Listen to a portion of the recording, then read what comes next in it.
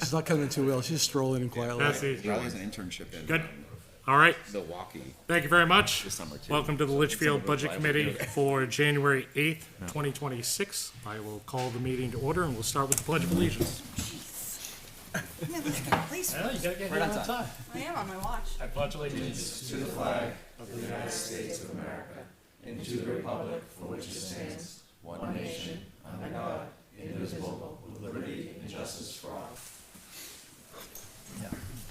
right.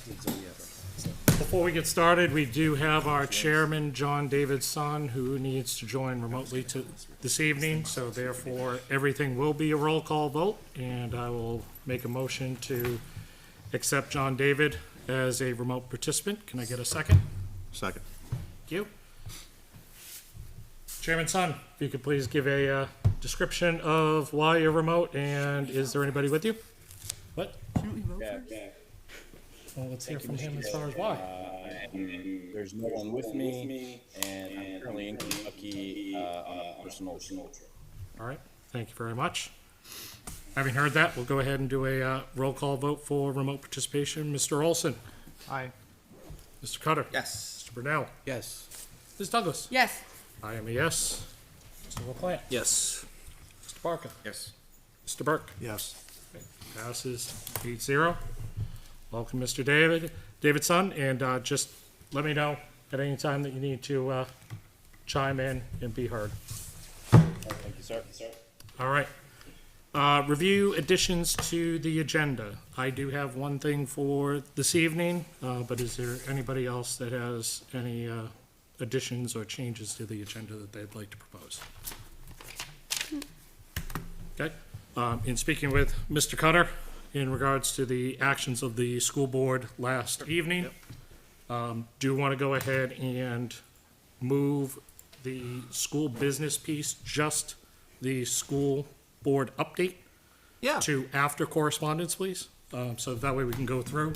Sure. I can explain it, and then it Yep. segues right into that particular section so that you can explain as far as what happened during that meeting, and then we'll still stick with the school voting after the town business. Great. Sounds good.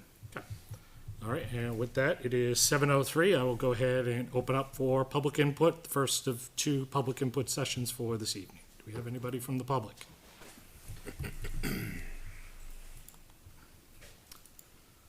Please state name and address, please. Surely. Hi, Ronald Linus, 15 Riverview Circle. Welcome. Thank you, appreciate that. And I want to talk to two of the warrant articles for the school, and I believe I have the current version that you will be looking at. So I believe the first article that is now on here is Article 1, and it is related to the operating budget. And so I have been thinking about the operating budget and how it's structured and put together, and I left the last meeting I attended thinking about two comments that first Carrie made and then you, Mr. Taylor, made as well. And specifically, Carrie mentioned that we really should start with a zero-based budget.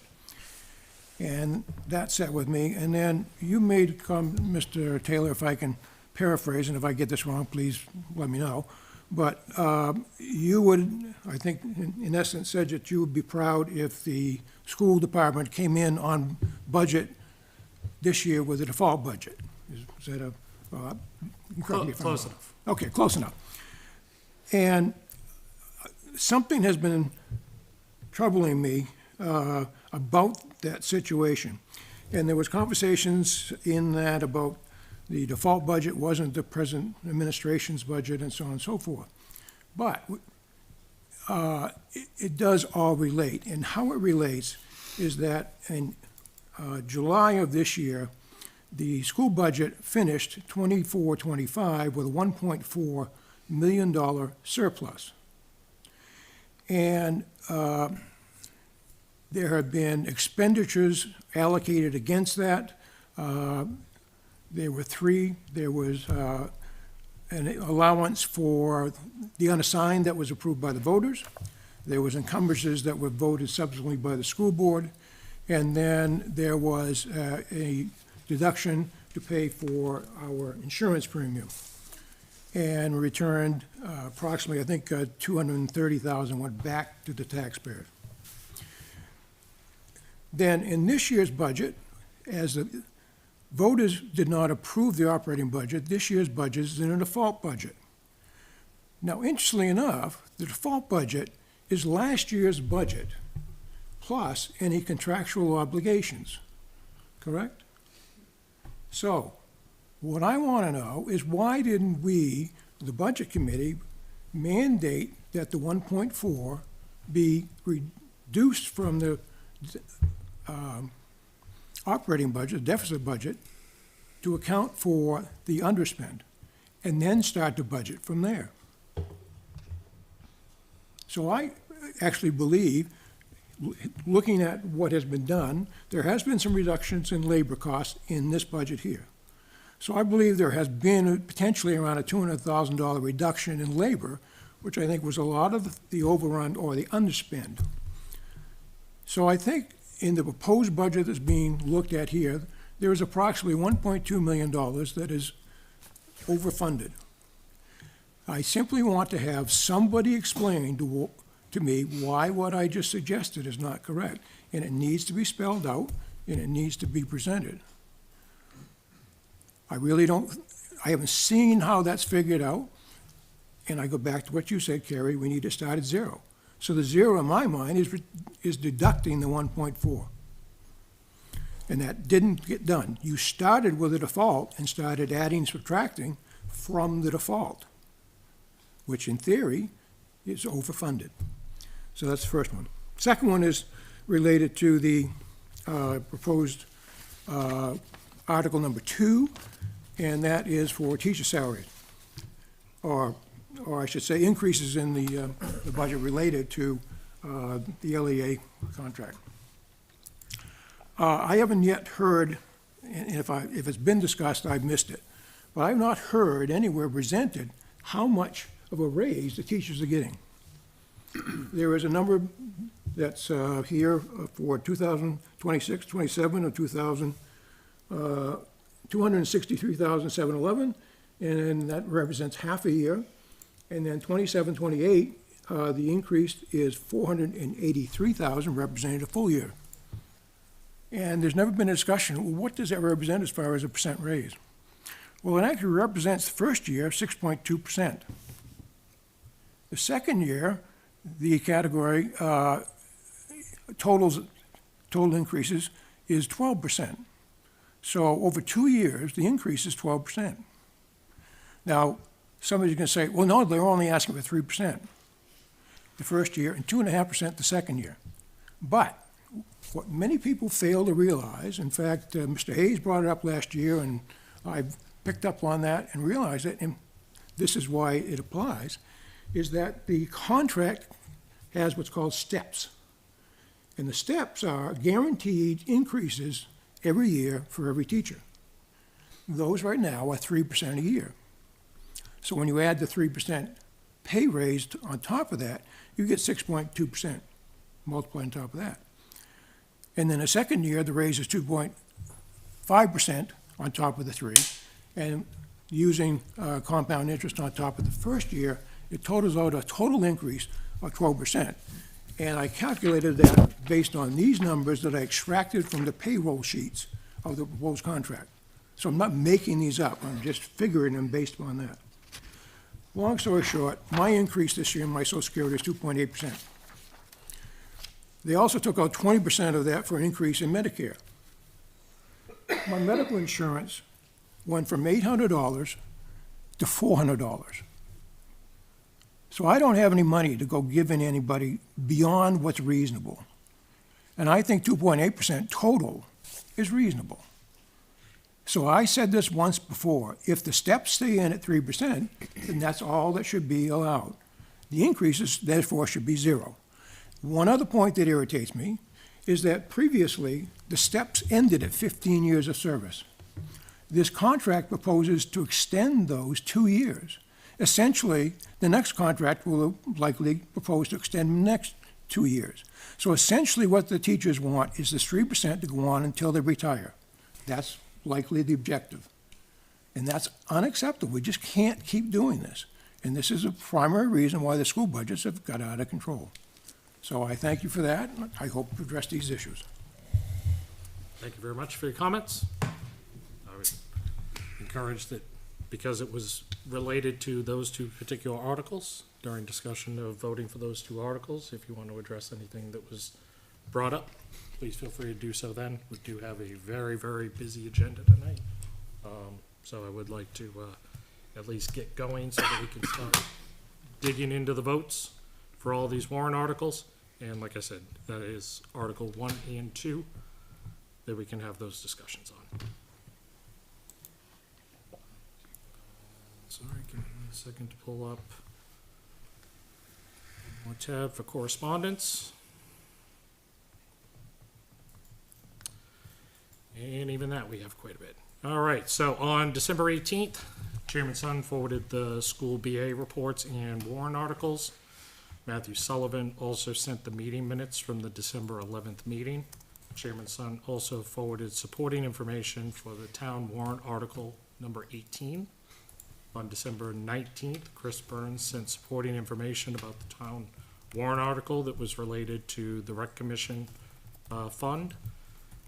December 21st, Ron Oblinas sent questions about school projects and information about the CIP. December 24th, Heather Sman sent the budget report, special fund balances, and budgeted revenues for November. December 26th, Ron Oblinas requested copies of cost estimates prepared by Harriman and Harvey. Andrew Cutter provided the information on December 31st, 2025. Also on December 26th, Ron Oblinas and Andrew Cutter discussed the balances at the end of the FY 24-25 budget. December 31st, Ron Oblinas asked if there was going to be a budget meeting on January 8th, as he did not see it on the town calendar. Mr. Brunel responded quickly and explained that that was being uploaded and confirmed that there was going to be the meeting this evening. January 1st, Ron Oblinas requested a copy of the LEA contract. Andrew Cutter provided that information on January 2nd. January 3rd, Chairman Sun sent the agenda for this evening's meeting. Also, Kerry Douglas requested information about the MOA surrounding LPD holidays. January 4th, Matthew Sullivan sent the meeting minutes from the December 18th meeting. Derek Barker also requested a summary of calls for both the LPD and LFD over the last year. On January 6th, Chairman Sun sent the updated town warrant articles that we're going to vote on this evening. Kerry Douglas also asked for an update on her request for the, quote, mandatory report on voters on school expenses. And on January 7th, Andrew Cutter provided an update on the school warrant articles and upcoming information to address the report that Ms. Douglas had asked for. And therefore, I would like to now turn it over to Mr. Cutter to give an explanation and a little bit more detail about the update email that was sent out about the school warrant articles, please. All right. Thank you, Vice Chair Taylor. Appreciate that. So I did send a lengthy email to the Budget Committee last night highlighting some updates from the school board meeting just last night. So hopefully that was somewhat timely going into your meeting this evening. One of the updates was certainly related to GMS. So at our last meeting, obviously there was a lot of discussion about what is going to occur with GMS.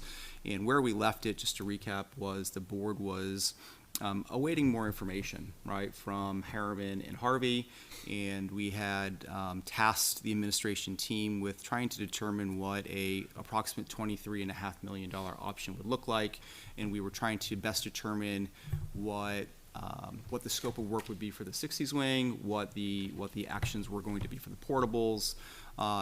End result was holidays hit, as we all know. We didn't get the information that was sufficient for us to be effectively be able to make decisions. Certainly didn't feel confident in making decisions going to our board meeting last night, nor feeling any level of confidence in making any recommendations to the budget committee tonight. So the board made the decision to pull the article this year. And so that's why you'll no longer see it on your warrant articles tonight. So we're pumping the brakes a bit That gives us time to say, hey, let's work with Harriman and Harvey to really iron out what this plan is. Just to be really clear, we're not opening up the door again to say, hey, these are all the options we're going to revisit again. That door's closed, right? So we are going to continue to proceed with the option 1B, which is the renovation plan. We are going to now determine how best to execute on that plan through a renovation aspect. That is what we're tasked to do.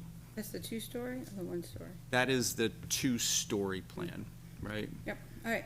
Well, I'll say, I know that there are gonna be a lot of people disappointed in that, but I appreciate taking the time to do the due diligence and put forward a solid proposal. Yeah, look, Well, we've seen what happens when we don't, so I appreciate that we Yep. learned that lesson. Yep, no. All right, look, thank you. We want to be able to have this, we want to be able to defend and say, all right, well, these are types of HVAC systems, these are the Right. types of windows, floor, like, we want to be able to say and have a level of confidence of what the Right. materials are and the scope of work, and these are what's going to happen when the kids shift and we need to move portables and whatever, right? So that, and also, like, not for nothing, like, the interest rates are going down, it might be advantageous for bond, right? And make sure we get the right financing options behind it, So, so. again, I want to publicly thank you for taking the time, recognizing that we're not ready.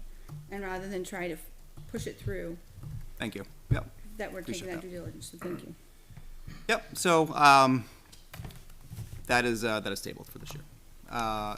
Additionally, we also had some discussion on the previous Article 10. Article 10 was the open enrollment school district.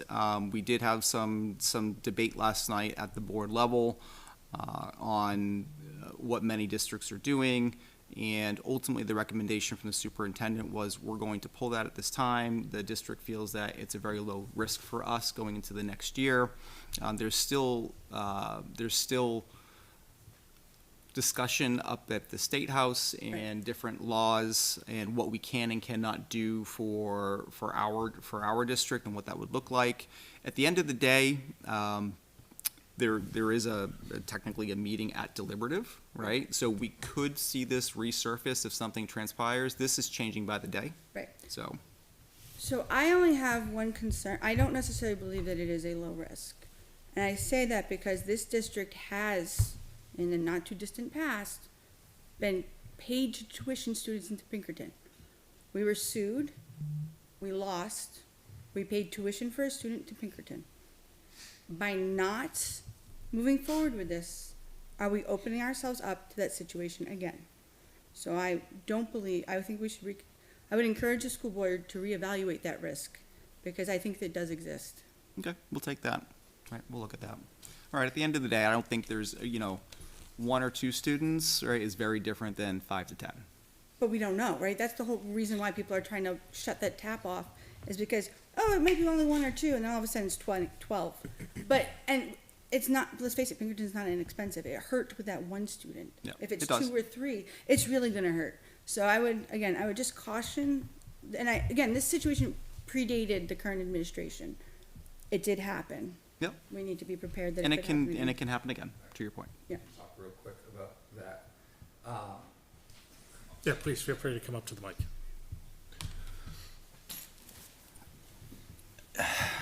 I think what's really challenging is that people don't know the right answer to this on how to form this But warrant. technically, wouldn't Pinkerton be considered open enrollment? No, Because they bec- tuition in kids already? They're not technically open enrollment. Okay. So to give a little more background, we talked about this at the board level last night. We met in our region, South Central region. Pinkerton is part of that South Central region. Okay. We met as a group on, not like to discuss literally what we're all doing, because we're all trying to figure out how to approach Absolutely. this issue, right? And it's not to get a leg up on someone else or anything like that. It's like, hey, this is new to all of us. Like, what? Ultimately, we have to have a predictable budget for the taxpayer. Right. So Pinkerton itself is not open enrollment in the definition of what this warrant article is talking about. Okay, right? so we don't have to protect ourselves from that situation. Yeah, there's technically only one school that meets this definition of open enrollment. It's Prospect Mountain. Actually, there's a second. I believe Franklin is as well. But Prospect Mountain is the school that's actually accepted kids. There's the Pittsfield Prospect Mountain Supreme Court case. Right. You can go read it if you want That's not details. too close to here, so not. It's not too close to here. Right. One of the reasons why we're pausing is because we've gotten again, people are trying to figure this out, is that we had written that so we would have a 0% of kids being able to leave the district, right? We've gotten some legal advice that we may not be legally be able to set that at 0. And like, you're better off just not doing anything quite yet while that gets sorted out from a legislative standpoint. But I've literally heard different viewpoints of this over the past like 2 or 3 months from different legal people, you know, like on how to interpret this. Right. And everyone's trying to kind of sort out. We know that they're working on this legislation right now at the State House, right? So to clean up some of these, I won't even say clean up, but to better define what Clear. this is, right? Like definition of how you say we're not, like, I think the Pittsfield case kind of surprised people, right? Yeah. Like how that got settled and that interpretation of how the law was. So now I think there's, however you view the issue, people Right. trying to define it better so we all know what we're working with, so. But I mean, just from the purview of the budget committee, we need to have a predictable budget. Like, if Yeah. all of a sudden on September 1st, people are like, you know what? I'm unenrolling and I'm going there. Our budget's set. We don't have that money built in. Right. So a couple of why it would be more low risk, because right now the only 2 schools are up north, right? Okay. Like Franklin and Prospect Mountain. And Prospect Mountain's really the only school entertaining this in any like great deal, right? Like they took those Pittsfield Right. kids, right? It is certainly possible for a Litchfield student to drive up to Prospect Mountain But it's- and attend school, but the likelihood of that is probably lower, Right. right? At this point, no one in our region is looking to be open enrollment, So and you then- have to have like an accepting school. So to none of the be- ones around us are entertaining a similar, because I read in the papers, a number of schools are entertaining this warrant I article. think everyone's looking at it, but people don't want to do it Okay, because we don't want to get into, screwing somebody else. yeah, the best that we can, right? Like we recognize that at some point this might be something where we have to kind of figure out. And to be perfectly honest, like, I'm not necessarily opposed to this idea if we structure it correctly. Like, Right. different schools have different strengths, right? Like, and Absolutely. kids need different type of education, right? Like, But you there's need to build- advantages to a smaller high school like us that could be very attractive for people, right? Mm-hmm. So I'm not necessarily against this idea. I just want to make sure that we have rules we all understand. So when we're having those conversations with families in other districts, we're all on the same page. Right. This doesn't prevent us from doing special ed placements. This is a totally different thing than CTE, right? Like, we have a tuition agreement with Hudson School District with Alvarn to send our kids there. This doesn't prevent us from doing best interest with other districts and manifest hardship type of placements with districts and stuff like that. We just need better definition on what this particular category is before committing ourselves inappropriately to anything, so. So But it could change, it could literally change tomorrow. Like, Well, I would yeah. hope that if they force everybody open, that they give us some, well, I would hope, but I'm not always convinced that it goes down the way I think it should. Well, I think one of the issues that's got to get sorted out, I don't know, derail budget committee of this, but like, there's an application requirement to this, and like, schools can reject kids, Right. right? And that kind of really pushes up against discrimination laws, right? Like, so how can a school reject a student by also not discriminating against students, right? Like, and so sorting that out first, so it's, like, I think But why you take schools all are. the AP students and, Right, like, let's talk vulnerability. If you decide you're open enrollment and you're gonna take 5 kids, and you choose these 5 over here, Right. and like this 5 that didn't get in feel they got discriminated against, you got bigger lawsuits on your hands over here potentially than whatever you're dealing with on this side. may end up a lottery system, then in which case you have no say. And that's what we gotta kind of, like, gotta figure out some of these pieces and stuff as a state and everything. So, yeah. And also, depending on what, if you can set limits, it would probably be beneficial to us to bring in kids, because you're gonna get the state money. You can absorb it in the high school as far as, you Well, Oh, know, that's the 10 way kids. Kearsarge is doing this. They're willing to accept 30, but send 0. And so when So- that got out, that's what everyone, that's where like it Right. turns, right? Where Right. people are like, yeah, that's not the spirit of this, right? Right. You can't accept 30 and say you're not letting Right. anyone leave. Right. Like, and so that, They may whatever, end up being they like tried. matching. Like, If I you- don't. If you accept 30, you have to be willing to send 30. Right. Like, I'm not hating them for trying, right? But just like, I think that's where everyone's like, that's not the intent of this either. Like, you Right. can't just do that. So, like, that warrant article we proposed was based on kind of that Kearsarge Right, one. and ultimately, I mean, the concern of, again, if you declare, it allowed the pressure valve that you could control the budget better. Right, and that's ultimately what all districts want. Like, we But don't it's not want to control, it's to make, predict. predict. Like with special ed placement, we can predict to a certain level. Like, yes, you could have someone move in, but that's just life, right? Right. Like, but you want to be able to predict if you're gonna like have potentially kids leaving your district for this, but also welcoming kids in. Right. What's your formula for that to make sure that you can, with best guesses, like control your budget in that aspect? So. So I guess that was my follow-up question. So I heard your description last night about it. My one question is, it makes sense, though I understand that 0% may be flagged legally and there's risk there. Is there still a way that you could at least set a very low percentage, to Ms. Douglas's point, to avoid, 0.01, yeah. or like you could set it to whatever Yeah. the So percentage that- is, that it would be one that's been student, so discussed that in- that way it's predictable. It's a great question. That's been discussed in our circles too. And right now, we're nothing, right? We haven't declared anything in regards to open enrollment as a district, right? We haven't declared for it, against it, accepting, not accepting, anything about that. We're just kind of like neutral right now, right? Once we put that warrant article on, we are then gonna, like, Right. we just don't have enough information to say Yeah, like we're closes off, right, comfortable to right. be open enrollment. Like what are the rules we're playing by Right. if we're gonna walk into that situation, right? Once we go open enrollment, like does that mean whatever laws come down that like if we classify ourselves as open enrollment and open for business both ways, and then the state comes down, I'm not saying they're gonna do this, but Right. like hypothetically they come down and say any enrollment school district now, your cap has to be 10%. Right? And it's like, whoa, that's not what we signed up for, right? Like, either way, like let's revisit this. I'm not saying they're gonna do that. But like, if you've gone down that road, now you're at the mercy Yeah. of whatever rules get Once you put in take a place. position, you're kind of stuck. Right, exactly. We So found that out with full day kindergarten. it might be better to not quite take a position Right. yet while we let some things sort out, because people identify some of the hiccups with this, and we don't always have to be first. Like, let's let some things kind of. We learned that lesson. Yeah. All right, thank you very All right, much. thanks for the additional color. But thank you thank you very much for the clarifications. Okay, so moving on, right, one of the other updates I shared was a resequencing of articles, right? So that takes us from 10 to 8, just to kind of give you an update on where we stand. So we have 8 articles. We've also resequenced the articles. So with the removal of GMS, the board took a look at, all right, well, the expendable trust funds that we have, does that change what the board wants to action this year for the expendable trust? And the answer was yes to that question.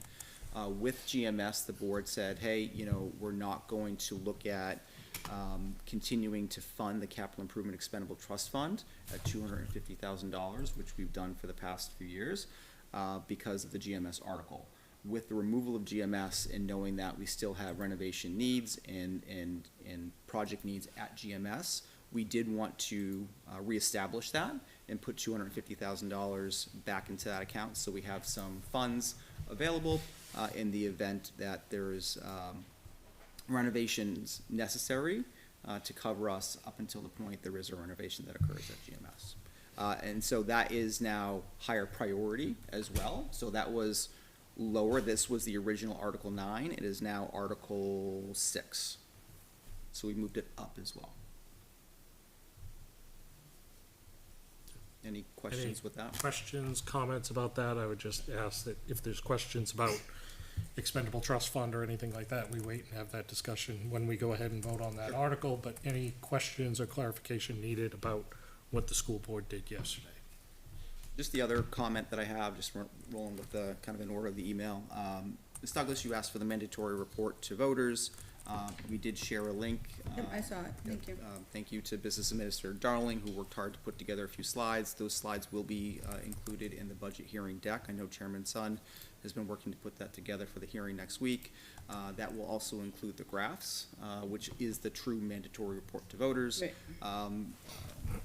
It is due 7 days prior to deliberative, which is due January 23rd-ish, but we're making it available, right? Well, realistically, going forward, it'll always be available. It's just a matter of the first version being the more challenging one. Next year, because next year it's just a matter of updating and dropping off. Progression, right. So, and I understand the first one's gonna be difficult. But Business Administrator Darling has been working with other business administrators across the state to have this consistent template and format, so it's standard across the districts. Any questions? and we'll address some of Mr. Oblinus's comments as we get into the warrant articles.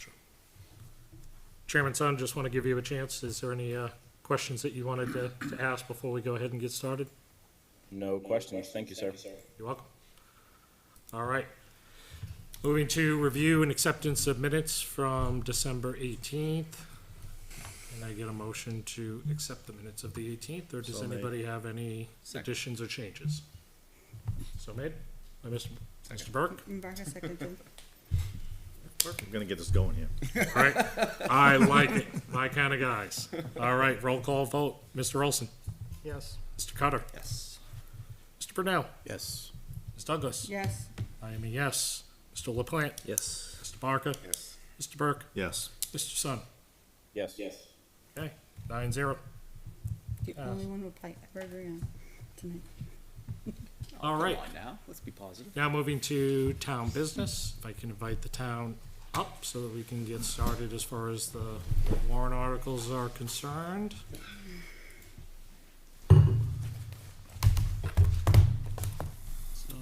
And Ms. Kleiner or Mr. Brunel, any updates that you wanted to provide in regards to the budget, Board of Selectmen actions, et cetera, before we go into the warrant articles? And I also just want to make sure that the file version says warrant articles 12.30.2025 Does that look is right? the accurate one. Okay.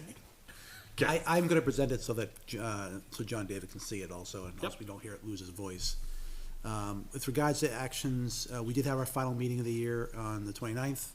We did take some encumbrance actions, which were basically closing out pending bills and outstanding invoices. We were able to, secure the fire truck we talked about, the pumper truck. So that's been taken care of based on the end of the year actions and our encumbrances. Anything else that's left, and we won't know our final end of the date number until we finish closing the books in January, but that'll all fall to the unassigned if it does. I didn't miss anything, that was the major ones, right? That was the major ones, except all the questions that we believe have been answered and put into the budget committee. Yep, that was my next thing. So there were two questions that came in, I think one from yourself, Carrie, Yep. regarding the MOU, and then I think Derek Barker asked some questions around LPD's staffing and schedules. That is in the spreadsheet. I believe it was sent out an email too, but it's in the spreadsheet for any questions. And if there's any questions, let me know. I can take it and run around with Douglas, it. any No, questions? it answered my question. Believe me, if I had more questions, you would have heard from You me. would already heard. I do have a quick question about that. Yeah. We're still not fully staffed right now, though, right? On the police department side? If we were fully staffed, would those numbers change, or would it just, No, it'd be less, probably less, Less either overtime. overtime or overlaps, Okay. yeah. thanks. All right, well, like I said, I'll present and you can talk it through and I'll scroll if that's what we wanna do. How would you wanna take it, John? Yep, Scott? so I'll go ahead and read the warrant article. Before we get started, I just want to make sure that everybody's aware and that I'm reading the budget sheet correctly. So we are entering this evening, Ms. Kleiner, under the tax cap by $84,346. Is that correct? That's correct. Okay. All right. And then as we get to each warrant article, thank you very much, by the way, for breaking it out as far as which ones have a tax impact and which ones have no tax impact. You're welcome. So I will go ahead and explain what the either tax impact or no tax impact, and then we can keep a running tally in terms of when we hit the cap, if we hit the cap, and then are forced to finagle our votes to make sure that it is a no vote by, or not recommended if necessary. All right, so we will start with Article 9, just for those that might be watching. Most of the other articles, one is the election of officers, and then 2 through 8 are all zoning amendments. They are not budget impacting, therefore we do not vote on those, so we go ahead and start with Article 9, the operating budget. Shall the town vote to raise and appropriate as an operating budget, not including appropriations by special warrant articles and other appropriations voted separately, the amounts set forth in the budget posted with the warrant or as amended by the vote of the first session for the purpose set forth therein, totaling $8,419,995. Should this article be defeated, the default budget shall be $8,120,000. Wait, I'm sorry, $8,120,423, which is the same as last year with certain adjustments required by previous action of the town of Litchfield or by law, or the governing body may hold one special meeting in accordance with RSA 40:30, 10, and 16 to take up the issue of a revised operating budget only. Majority vote required.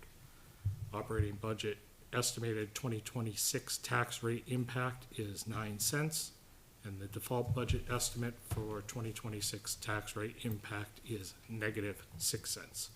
This was recommended by the Board of Selectmen on a vote of 5-0-0.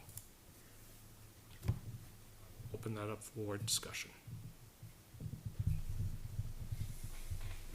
Is the default impact really negative, or is that some sort of weird?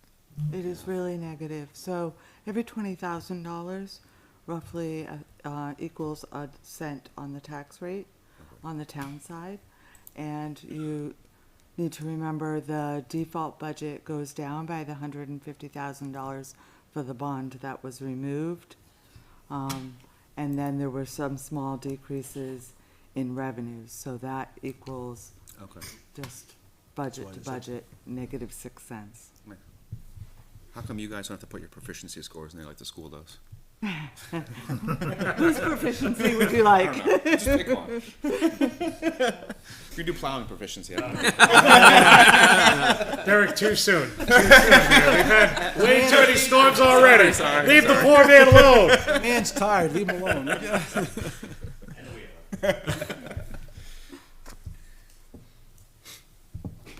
I think we're gonna get Mr. Burke's wishes of a quick meeting if there's no discussion or anything on. I think we beat this one up already, you know what I mean? Well, there's that, and I just think that there's gonna be, have a really good slide deck, you're gonna have your work cut out for you on this one.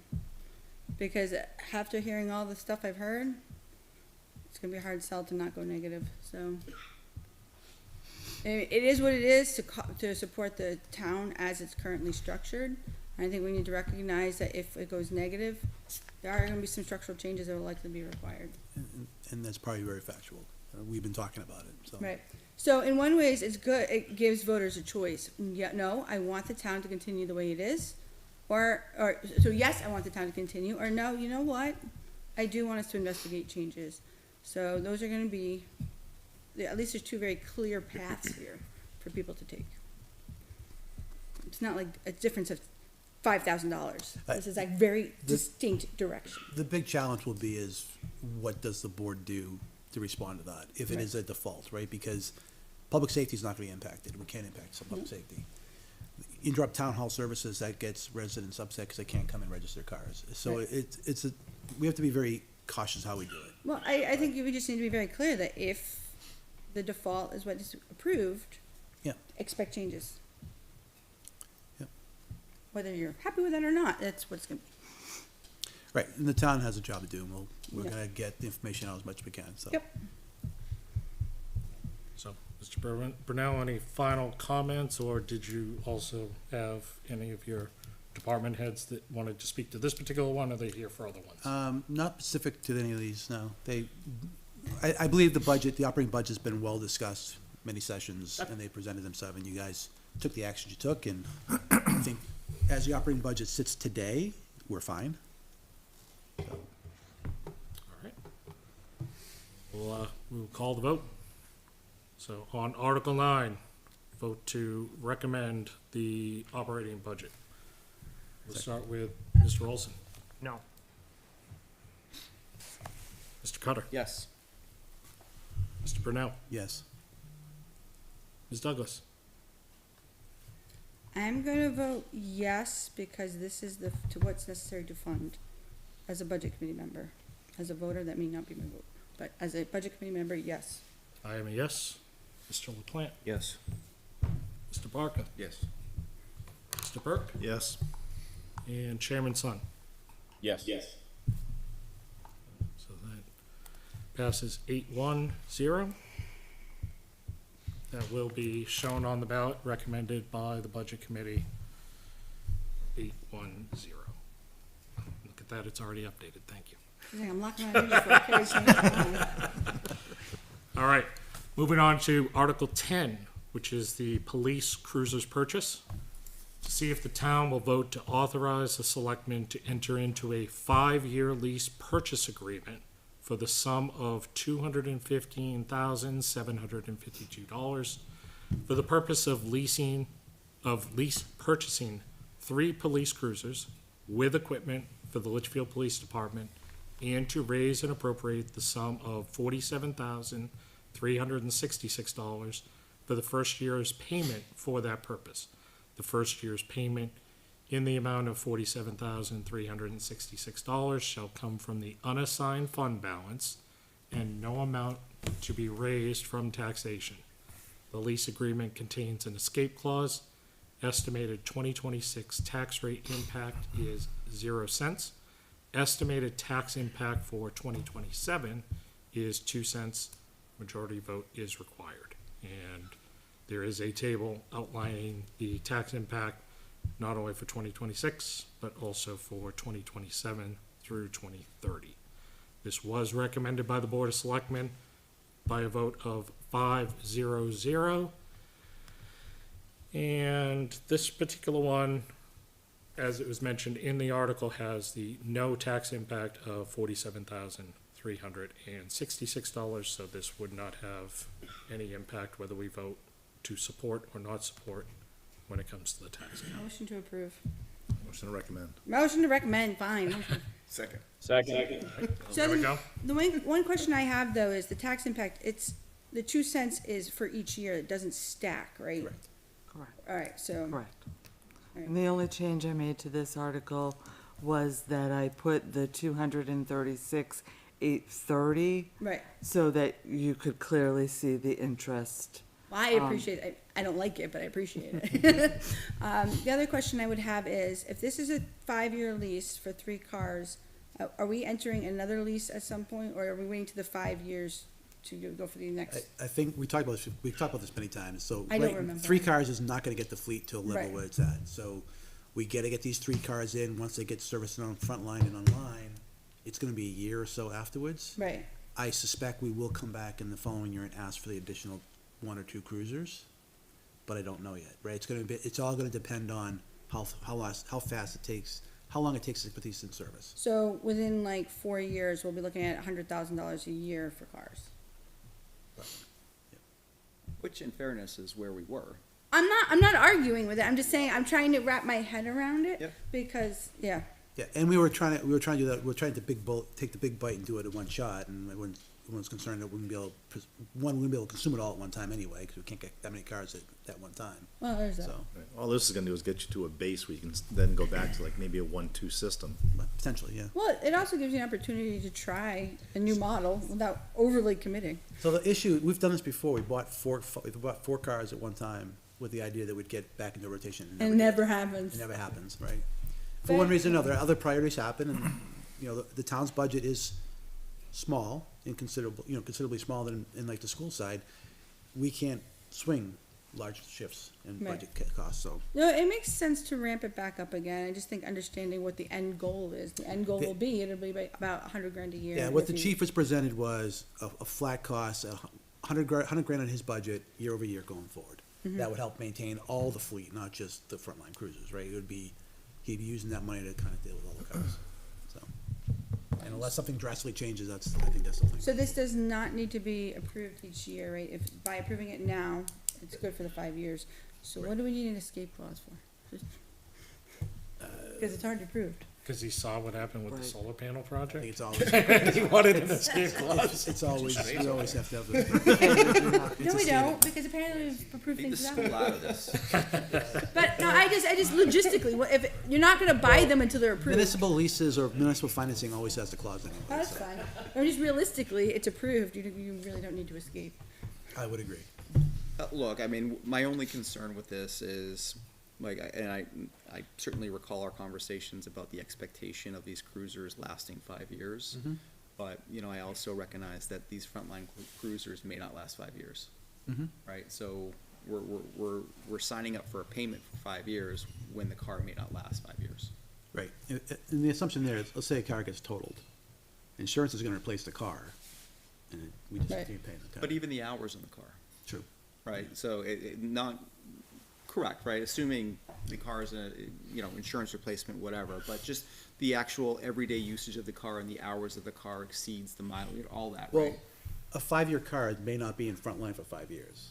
So it may end up being a 3-year frontline car and then shifted to detail or an admin car and continue its life for another 5 more years. So it begs the question, right, should we be structuring this, you know, so it's truly in a fashion where we're paying for frontline vehicles, not in a rotation where we're paying for detail vehicles?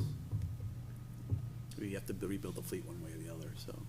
You know, I would think that we have to get the frontline fleet back up to par. Agree, Might it's be able to more, cycle it's through. more about how we finance it. So would you want a 3-year financing plan? Well, that would be my thinking, Well, then you're at almost 100 grand a year right off the bat, which case you may as well go to the. which is, again, where we were and probably where we should be anyways.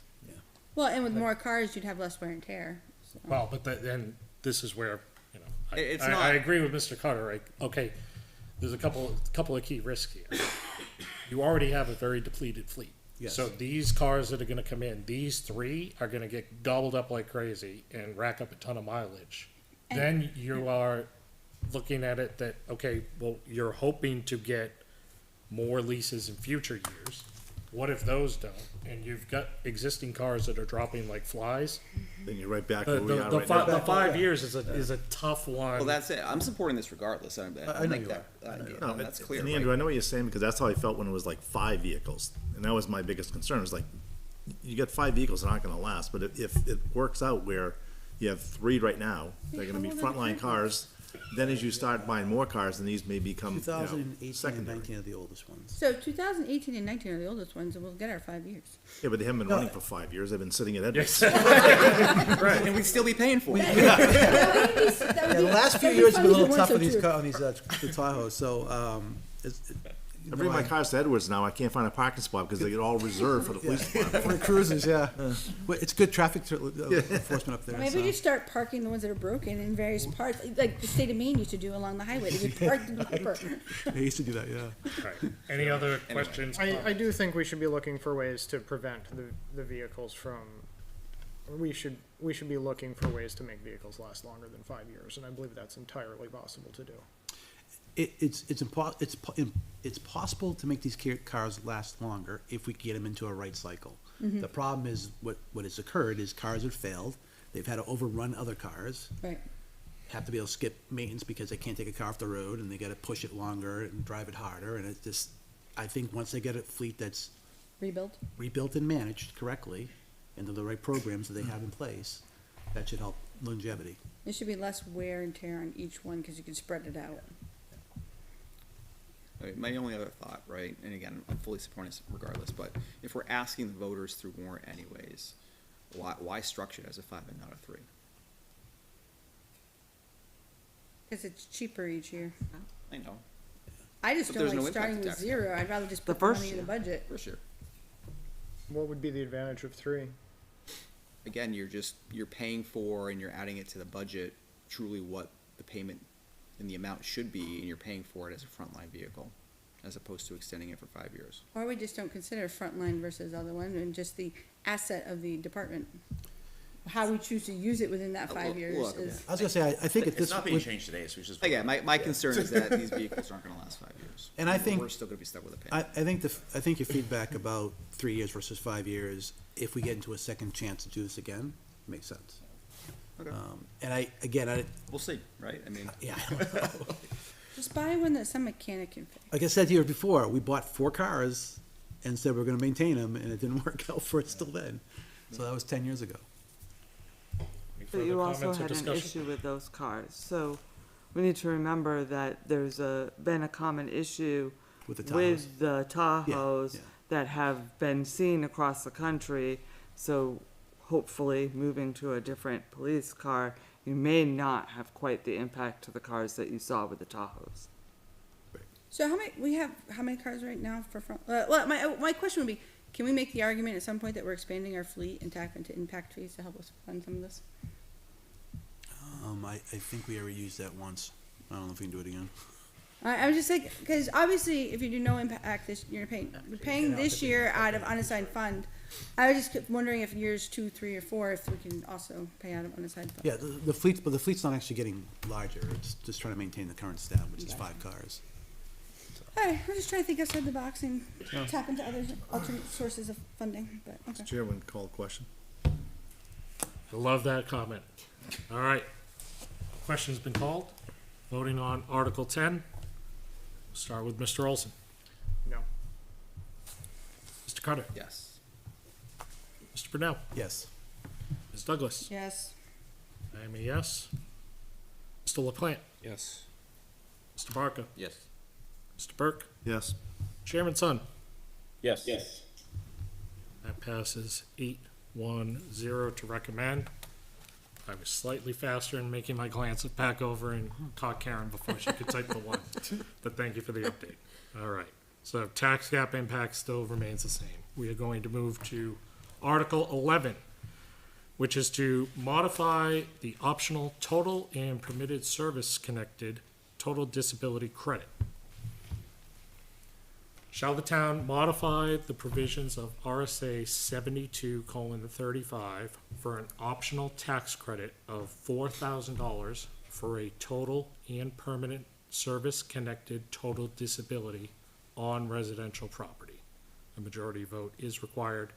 2026 tax rate impact based on current veterans only, I assume that's what you meant by the parentheses, that's based on the current count, Yes. is 4.7 cents.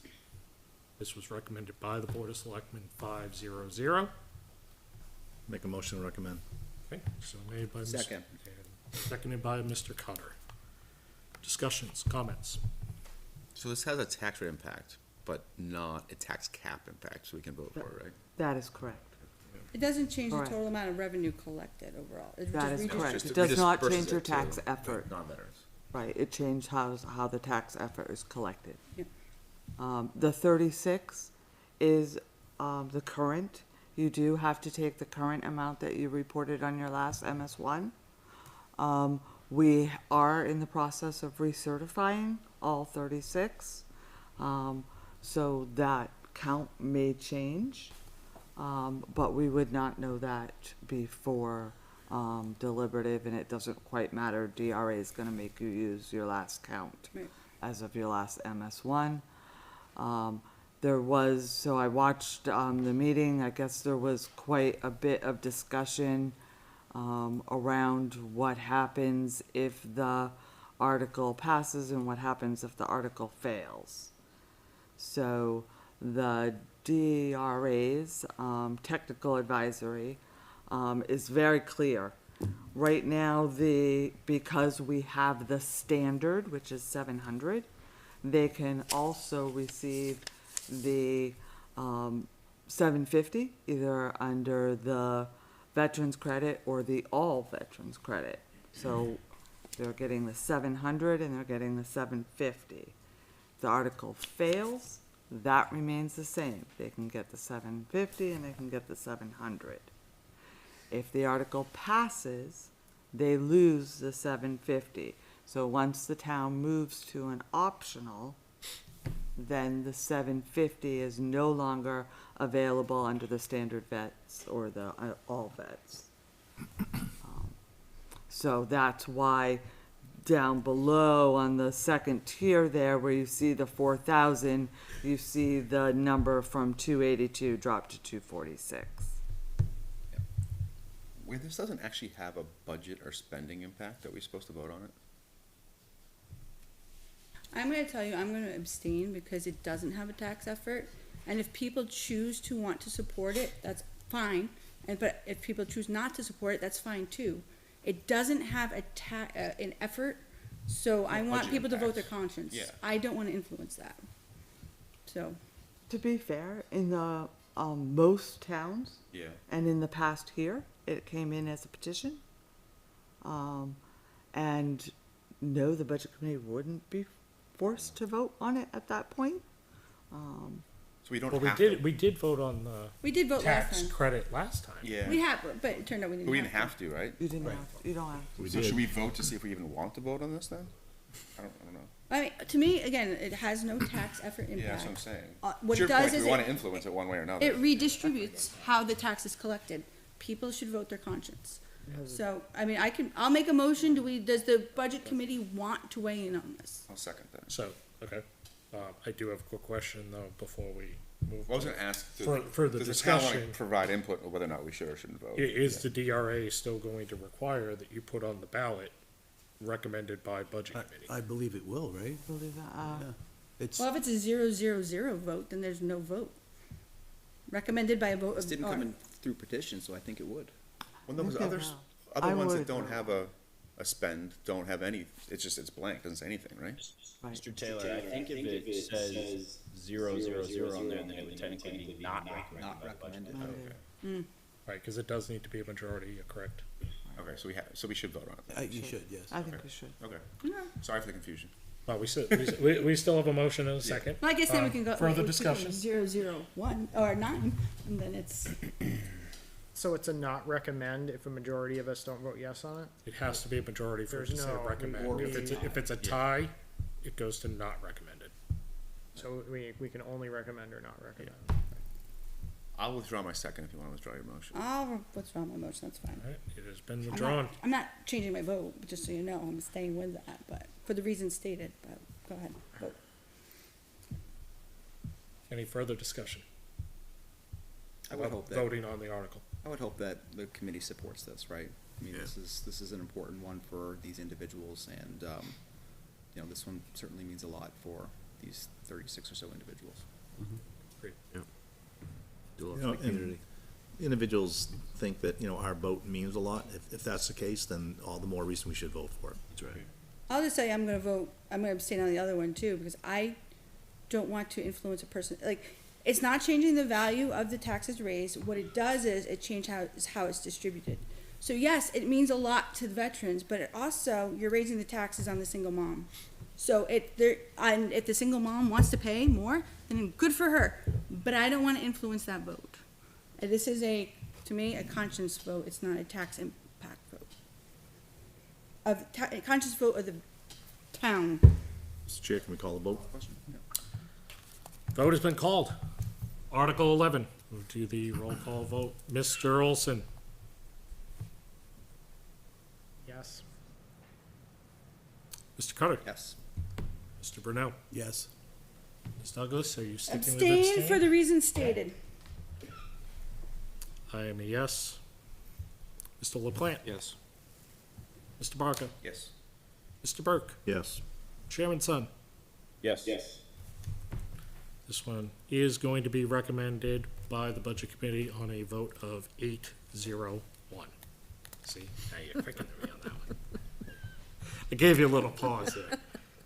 All right. Thanks. Moving on to Article 12, which is to modify the elderly exemption. Shall the town modify the provisions of RSA 72:39-A for the elderly exemption from property tax in the town of Litchfield, based on assessed value for qualified taxpayers to be as follows. For a person 65 years of age up to 75 years, $125,000. For a person 75 years of age up to 80 years, $190,000. For a person 80 years of age or older, $240,000. To qualify, the person must have been a New Hampshire resident for at least 3 consecutive years, own the real estate individually or jointly, or if the real estate is owned by such person's spouse, they must have been married to each other for at least 5 consecutive years. In addition, the taxpayer must have a net income of not more than $45,500, or, if married, a combined net income of more than $55,000, and own net assets not in excess of $300,000, excluding the value of the person's residence. A majority vote is required. 2026 tax rate impact, based on current exemptions only, is 1 penny. Make a motion to recommend. Back to this one, this has no tax impact as far as the tax cap is concerned. Right, because again, it's a redistribution of collections. So there's a motion. Motion. Second. No more. So I have a question. What, it says you only have to be a resident of New Hampshire for 3 years. Was there at one point you had to be a resident of Litchfield for 3 years? No. Seems like you should be a resident of Litchfield. And it's a net, combined net income of no more, so there's a that is missing. Can't No imagine more than that. that a little bit. Yeah, so the qualifying factors are not changing, Right. at all. One of the things that we saw, as a result of, the revaluation was the people that are on a fixed income, most of our elderly being, impacted, negatively. So this will rectify that, because they're, proportionately, the exemption amount will bring them back to about where they were prior to the revale. So if I were to have supported this, I would encourage you to consider the marriage penalty built in. I don't like the fact that a single person can get 45.5 and a married couple only gets 55. Like, it's one person, two people. Like, the math doesn't work out that well. So that would be my only critique of this. But again, it's a redistributive form of a warrant. It doesn't change the amount raised by the town overall. But if I were to have voted, that would be one of my concerns. Any other questions or comments? You're looking forward to hearing the famous phrase from Mr. Burke. Call the question? All the questions? All right, question has been called. All right, roll call vote. Mr. Olson, Yes. Mr. Cutter, Yes. Mr. Brunel, Yes. Ms. Douglas, Abstain. I am a yes. Mr. LaPlante, Yes. Mr. Barker, Yes. Mr. Burke, Yes. Chairman Sun. Yes. Vote passes 8-0-1. Yeah, Karen's quick. She's predicting the votes at this point. Well, that's a nice thing about us being fairly predictable people, right? We are consistent, right? All right, so now we move into the first article that actually has a tax impact. And just to reiterate before I go ahead and read it, Article 13 is about the supplemental fire coverage. Yeah. We are currently $84,346 under the tax cap, and the tax impact of Article 13 is $168,000, therefore putting us over the tax cap if this particular article is recommended.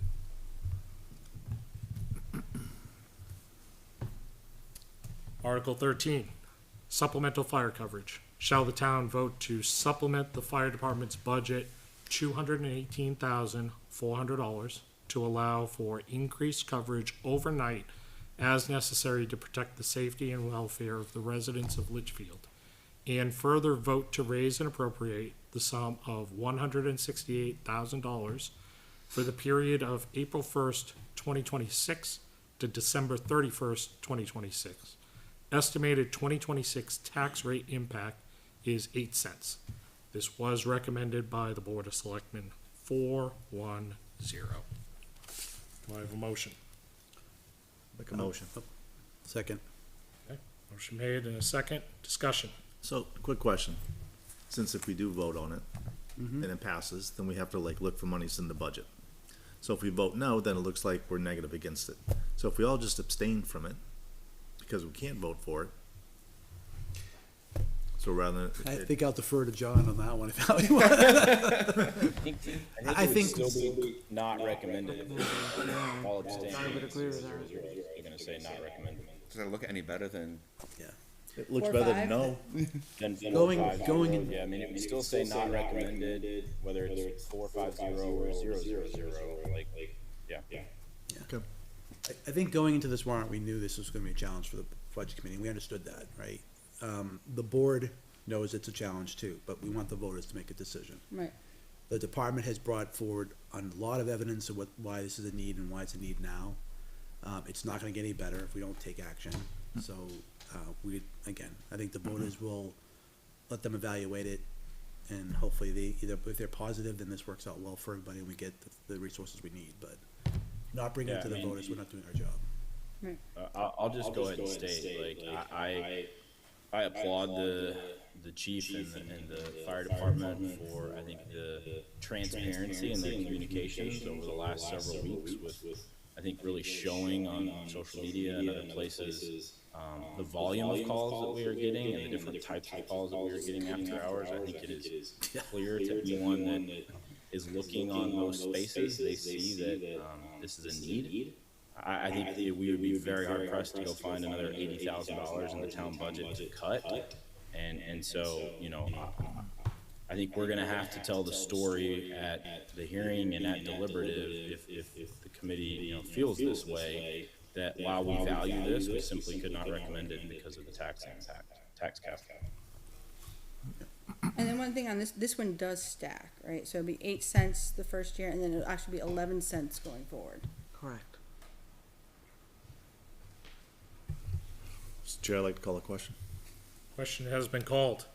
So on Article 13, supplemental fire coverage, just remind everybody that this cannot be recommended. It can be. Vote accordingly. You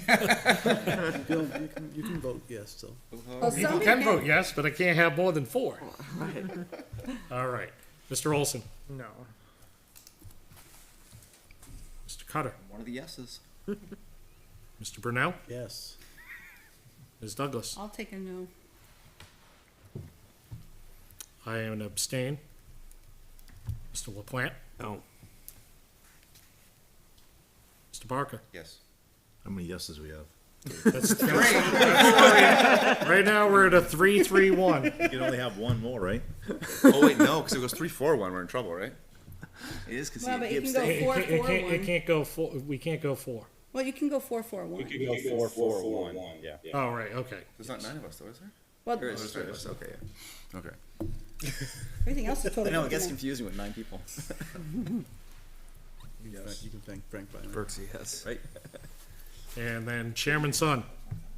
14. The vote currently stands at 4-3-1, is that correct? That is correct. All right, I will be supporting this publicly at the polls in March, but for today, I will vote no to keep us under the tax cap. This will avoid me from having to get up at the podium during deliberative and explain why I voted no. This is the easiest one to vote no. I But they'll probably ask for the people who voted yes to get up. All right, so this will be not recommended by the Budget Committee on a vote of 4-4-1. All right, moving on to Article 14. Again, just to state as far as the tax cap, we are still at 84,346 under. This would be a tax impact of $200,000, thus putting us over the tax cap, and I will read the article and then we can discuss. Article 14, additional paving. Shall the town vote to raise and appropriate the sum of $200,000 to supplement the highway department's budget and fund additional paving cost within the town of Litchfield. Expenditure of said funds to be the responsibility of the Board of Selectmen in their discretion, if determined to be necessary and in the best interest of the town.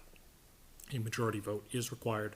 Estimated 2026 tax rate impact is 10 cents. This was recommended by the Board of Selectmen by a vote of 5-0-0. Make a motion to recommend. Motion has been made to recommend. Do I have a second? Second. So made. So Discussion. Same situation. Well, what I don't like is the ambiguous nature of this. I liked when they used to put roads in. I get you don't want to commit, but I like, Sorry, So I think you should speak. can we just get Mr. Brown up to a microphone at least so that way public can hear him as well? I was gonna ask you a question anyway. All right. I'll move up then. So, well, I mean, I think this is pretty obvious. We should vote for this. You know, as a taxpayer, I would vote for it. This is for our infrastructure. well, I've driven the roads. I don't disagree, but I think that, Well, our process is a CIP Yep. plan, which, you know, for we plan out for 6 years, unless we have individual projects like we do now that would probably take precedence, Ness and Keg, the piping and such. That's why it would go to the selectmen. I'd have to come to them and say, I'm going off course of the CIP to do this because of this. So I think that's kind of why the wording is there, gives us that ability to change if need be. Yeah, we used to have like a 10-year plan that would get updated, so that's what. Well, I'll give it to you right now. No, I know, but. Have it in my pocket. If you look at, no, but You can seriously, pull it up on your web. I don't disagree, but I'm just saying, I liked in the past when it just included like, oh, Nelson's Cake, I've driven that road, it sucks. Well, Yes. it's you know, something, and that's the thing, it's not just Nessun the road, Right. it's the infrastructure that's under it. It's the stormwater piping that is collapsing on Chemo and Nessun that we put $15,000 into as a Band-Aid this year, but Right. it needs to be done. The piping is gonna fall in. But it's like when you do a fundraiser for something, right? People like to know what specifically you're trying, they're more likely to say yes when they can put a name and an idea to it. And So- I understand where you're coming from, but, I mean, we have the process, the CIP process, that's, if people were to follow the process. Well, I'm you know, accepting people where they are I'm and more than happy to recognizing talk that to they're not anybody, all following it. And I'm sure at deliberative, one of the selectmen will get up there and explain So your slide some of the gets things that we needed for, Yeah. you know, just so you know, we're beyond the overlay section now. You know, 6 years have been overlaying. Mm-hmm. And like I said at the Board of Selectmen meeting, asphalt was $45 a ton, it's $115 a ton now. Right. So everything's increased, and we're still working off the same $200,000 we get from the state for the past, since I've been here 6 years. We need more money to get deeper into our infrastructure. I mean, as far as I'm concerned, it's $1 million short.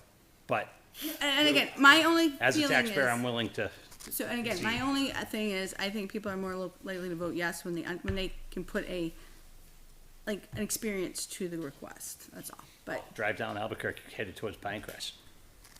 Well, You know what I I'm go the saying? other way, but- I mean, I can name road after road, Pearson, Century, Talent. and I hear you, but I'm just, I think all of the voter guide, all Right. of our stuff that we have up will identify some of the areas of concern and again, something may change come into the next year that we can't do that too. we're never locked in, it just, No, again, we never let are. people I know, but have I an also, idea. but you also don't wanna say we're gonna use this on As soon as you SNK. post the road's gonna be done, they're gonna be looking for it to be done. Yeah. Yeah, but if you say we're gonna work it on Nessun which at the time, right now, that's the plan. Right. But God forbid, you know, a Pilgrim's culvert falls into the river, they're gonna say to me, Kevin, that's what we have to fix. Why would you say that?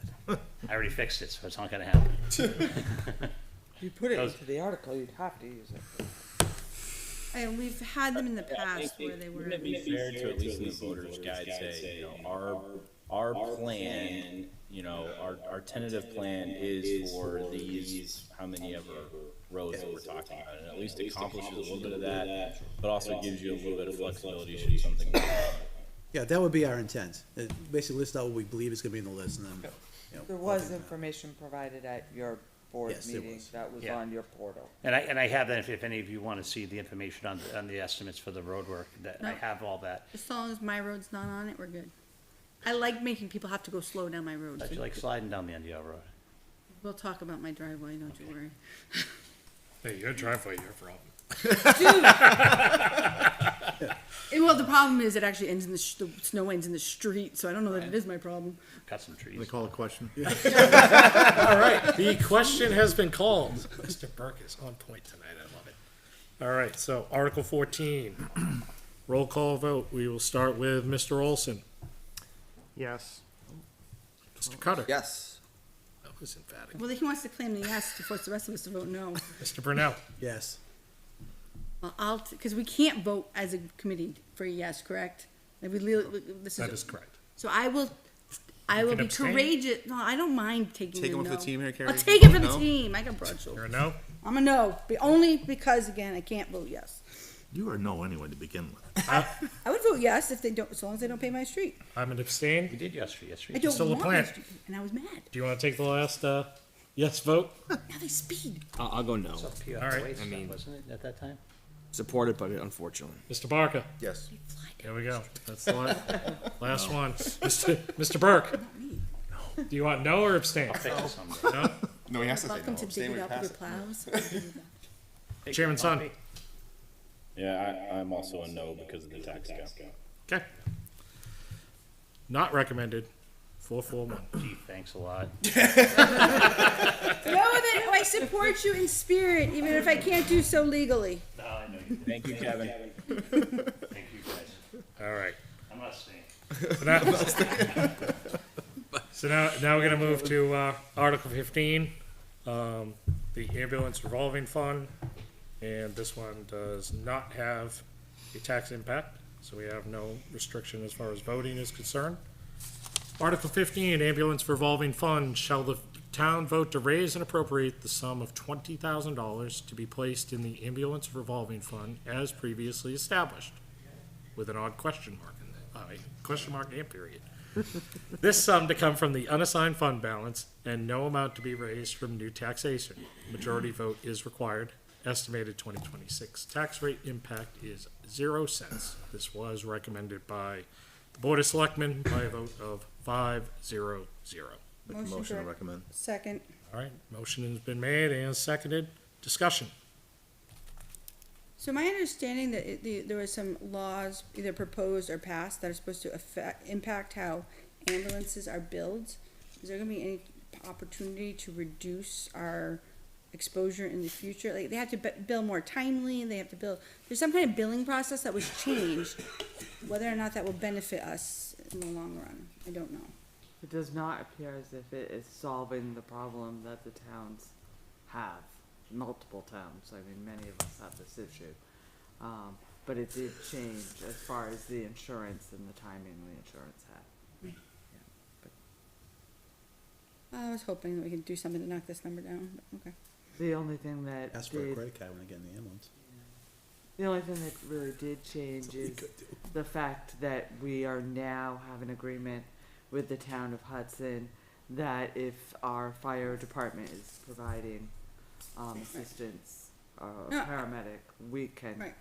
bill No, back. I know we So- get a good deal overall relative to establishing our own system, but the fact that we guarantee 100% payment when the industry standard is lower than that is irritating. So, I mean, we have a good deal, but they also have a guaranteed cash cow, so it sucks. But it is what, there's nothing, the alternative is much more expensive. Much more. I know, just, again, it sucks. Any other If you take questions driver's or licenses, comments? You can at least lien properties. I don't think you could do it for medical. Oh, I don't know that you can't. I didn't think you leaned. Gonna keep talking, I'll call it question, Mr. Chair. My man. Question has been called. Article 15, roll call vote. Mr. Olson. Yes. Mr. Cutter. Yes. Mr. Brunel. Yes. Ms. Douglas. Yes. I am a yes. Mr. LaPlante. Yes. Mr. Barker. Yes. Mr. Burke. Yes. Chairman Sun. Yes. All right. First one of the night, 9-0-0. What? Didn't think would happen. Yep, Someone broke the miracles rules. do happen. I should change my vote. No, it's too late. I voted yes. I can't. All right, Article 16, establish a capital reserve. This is gonna be a $100,000 impact, but it is not a tax impact. Article 16, establish a capital reserve. To see if the town will vote to establish a town and vehicle capital reserve fund under the provisions of RSA 35:1 for replacing or maintaining townwide vehicles and equipment, and to raise and appropriate the sum of $100,000 to be placed in this fund. This sum to come from the unassigned fund balance and no amount to be raised from new taxation. Further, to name the Board of Selectmen as agents to expend from said fund. Recommendations required, majority vote required. Estimated 2026 tax rate impact is $0.00. This was recommended by the Board of Selectmen by a vote of 5-0-0. Make a motion to recommend. Made, second? Second. Discussion. Question on the unassigned fund balance, right? Is this are you intending to use the end of 2026, or are you intending to draw from Our unassigned fund balance. the unassigned fund balance after this warrant would potentially pass? Right, after this warrant passes, Okay. it would draw from the. So you're not, okay, got it, thank you. Correct, we're not using free.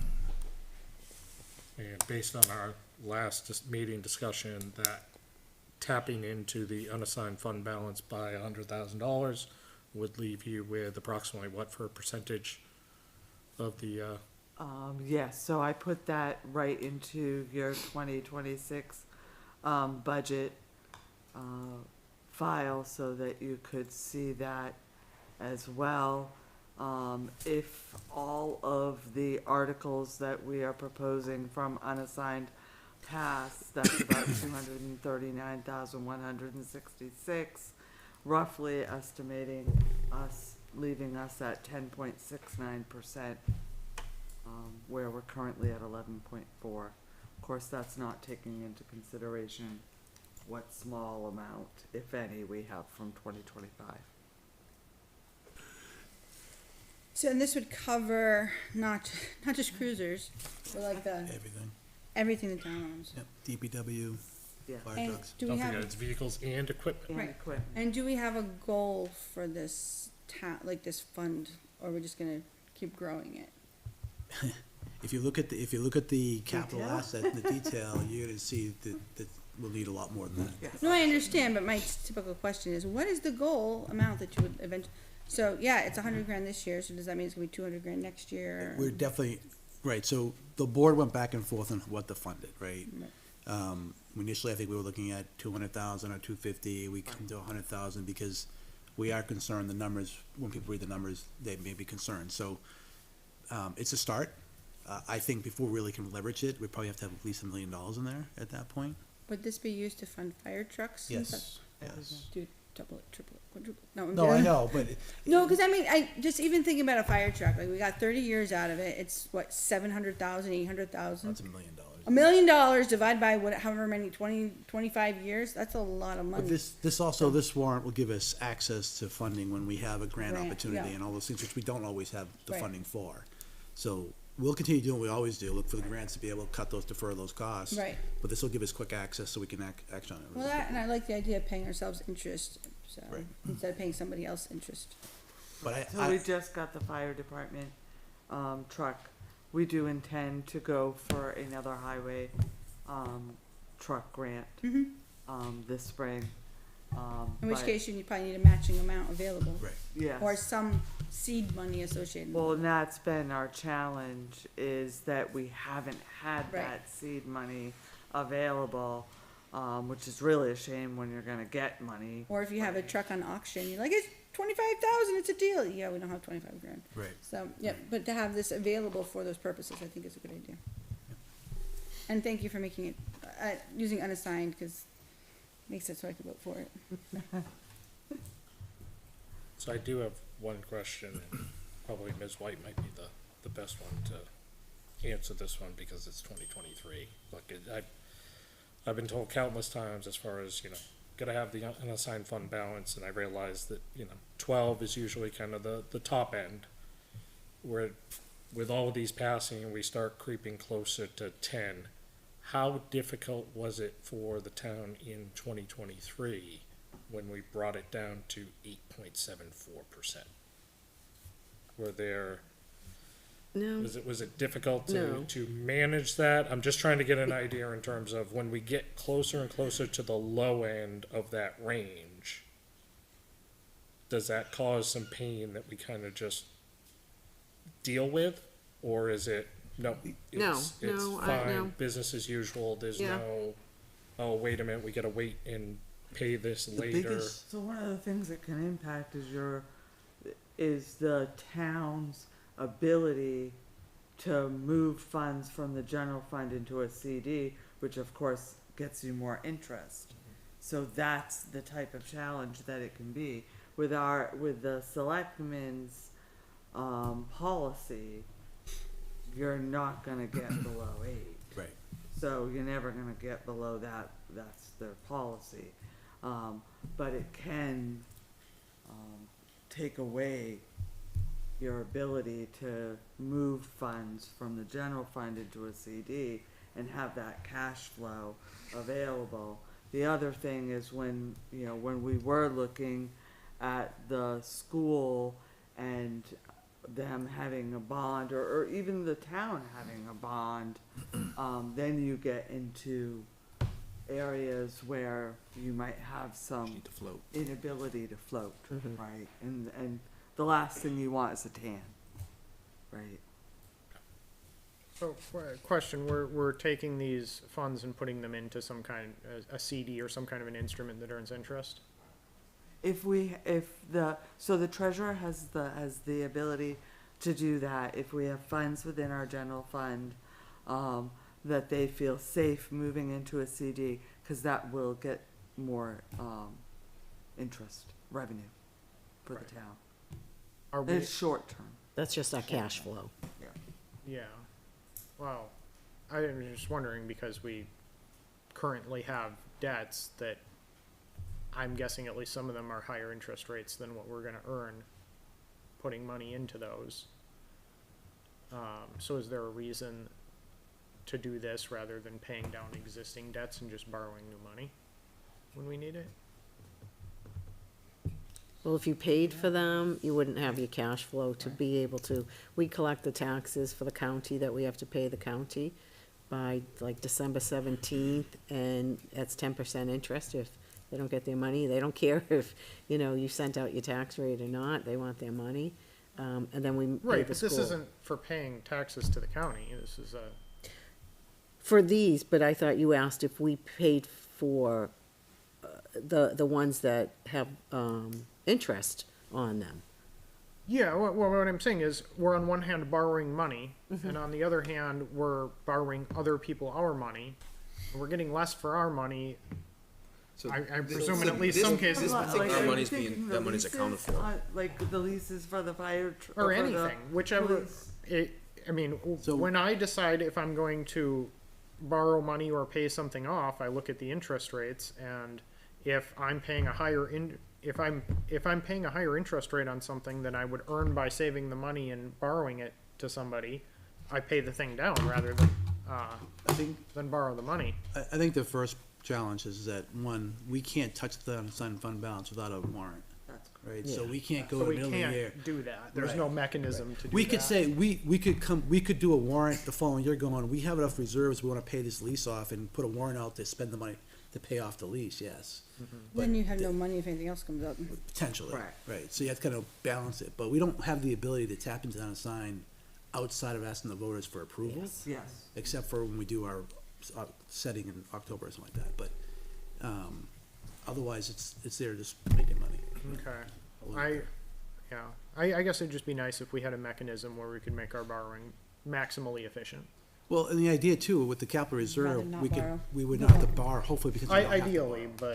but, But with the capital reserve, we'll make money on what we reserve to do it, but hopefully at that point, we actually have cash to pay cash and not have to borrow going The goal, forward. yeah, the goal is to pay down the debt and then not incur too much more. Right. Let's build, so we don't have to borrow. Any additional questions or comments on Article 16 before Call it. Mr. Burke has one? Oh, she beat you to it. Vote has been called.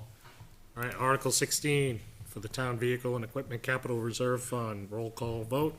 Mr. Olson? yes. Mr. Cutter? Yes. Mr. Brunel? Yes. Ms. Douglas? Yes, I am a yes. Mr. LaPlante? Yes. Mr. Barker? Yes. Mr. Burke? Yes. Chairman Sun? Yes. That is a, see? Lightning does strike twice. 3 times, 2 900. minutes and 2 votes. Oh, you can't count minutes. Dude. Minutes is always 900. Next time I'll abstain just to make sure you can't have that vote. All right. Article 17, the Human Service and Health Feel it. It's Agency. gonna be the trifecta. This one here has a $21,800, but it is not a tax impact. The article reads, shall the town vote to raise and appropriate sum of $21,800 to support the human services and health agencies providing services to the town of Litchfield? This sum to come from the unassigned fund balance and no amount to be raised from new taxation. Majority vote required. Estimated 2026 tax rate impact is $0.00. This was recommended by the Board of Selectmen by a vote of 5-0-0. Do I have a motion?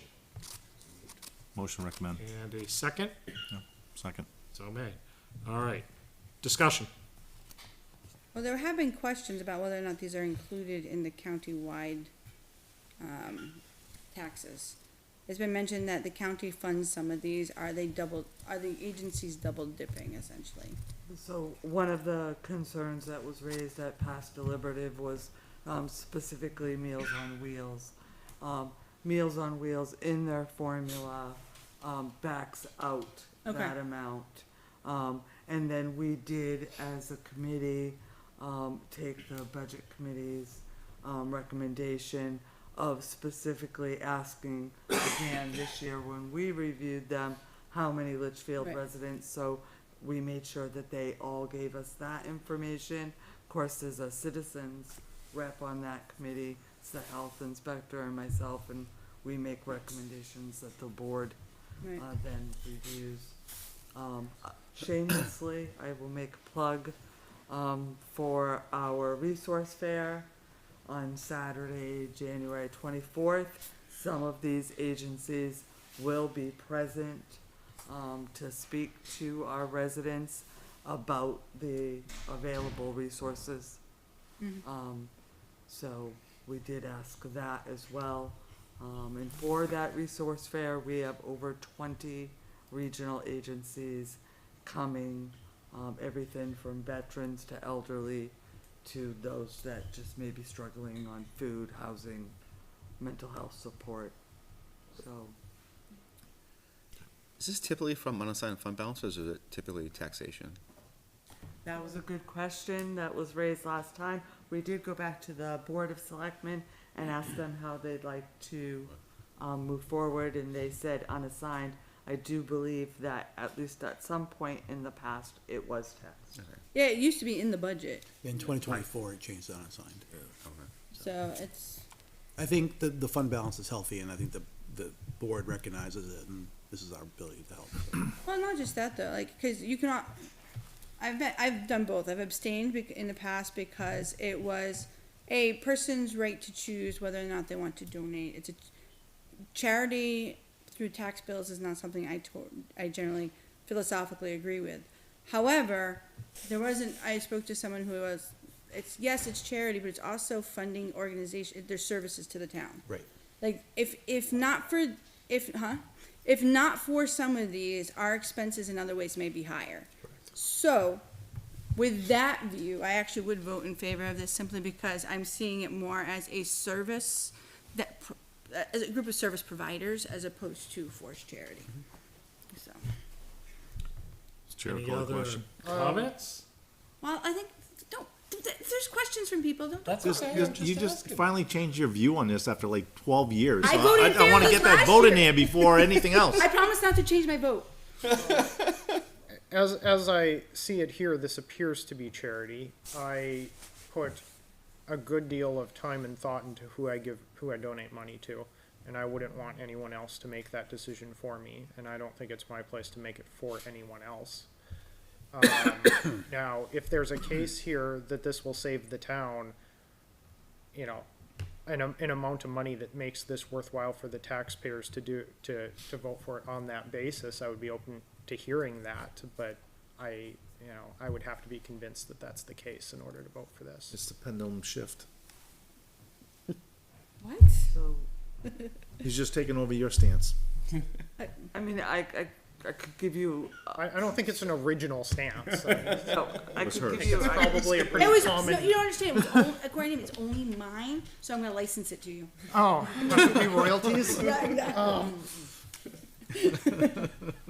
so I could give you To pay for several this. different examples, but for the majority of these agencies, if they weren't providing the assistance, the individuals would have the right to come to the town for general assistance.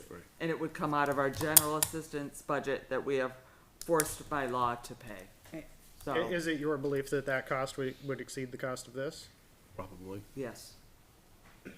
Could very well, especially if it was a family that was impacted by fire, just taking the Red Cross, right? Hospice care. If they weren't putting those people up, the town would be held under Well, but general in assistance the case law. of a fire, couldn't we go after, or negotiate with homeowners insurance? You're talking immediate though, so then you could always, So I'm just saying, I don't you think can that like it's, lien things, Yeah, you can if it's a recoup it house later, they but it own, takes a you long could time. lien it. right, or I something understand, like but that. at the end of the day, I think you could recoup those costs. I'm just saying, I don't know that that's the best example. Right, but that's also a cost of the town to go to drive that. But even like hospice care, think about how much hospice care costs on a monthly basis for a person. Like, if they can provide care for more people for a recommended amount of $6,500, that alone will more than cover your costs. So I mean, yes, there are going to be people who feel like it's forced charity. I get that. I understand that argument and that belief, but I also think if we look at it as services provided to the town to save us money, then it's a whole different approach. But vote how you want to vote. Don't let some people force you to abstain or no is a valid vote. It's going to pass. It's going to be recommended. So I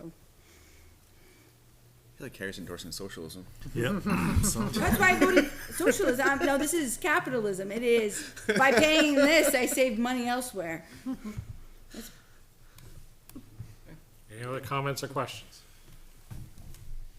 I will call the vote. Perfect. Roll call vote on Article 17, Human Services and Health Agencies. Mr. Olson, I'll give you the benefit of the doubt on this one, yes. Mr. Cutter, Yes. Mr. Brunel, Yes. Ms. Douglas. Yes. I am a yes. Mr. LaPlante, Yes. Mr. Parker, Yes. Mr. Burke. Yes. Chairman Son, are you gonna make it 3 9-0-0s in a row? 3 9-0-0s in a row. There we go, 9-0-0 Alright, so- recommended. Nobody should carry an umbrella. Somebody's gonna get struck by lightning. It's gonna happen. All right, moving on to Article 18 for Recreation Expendable Trust.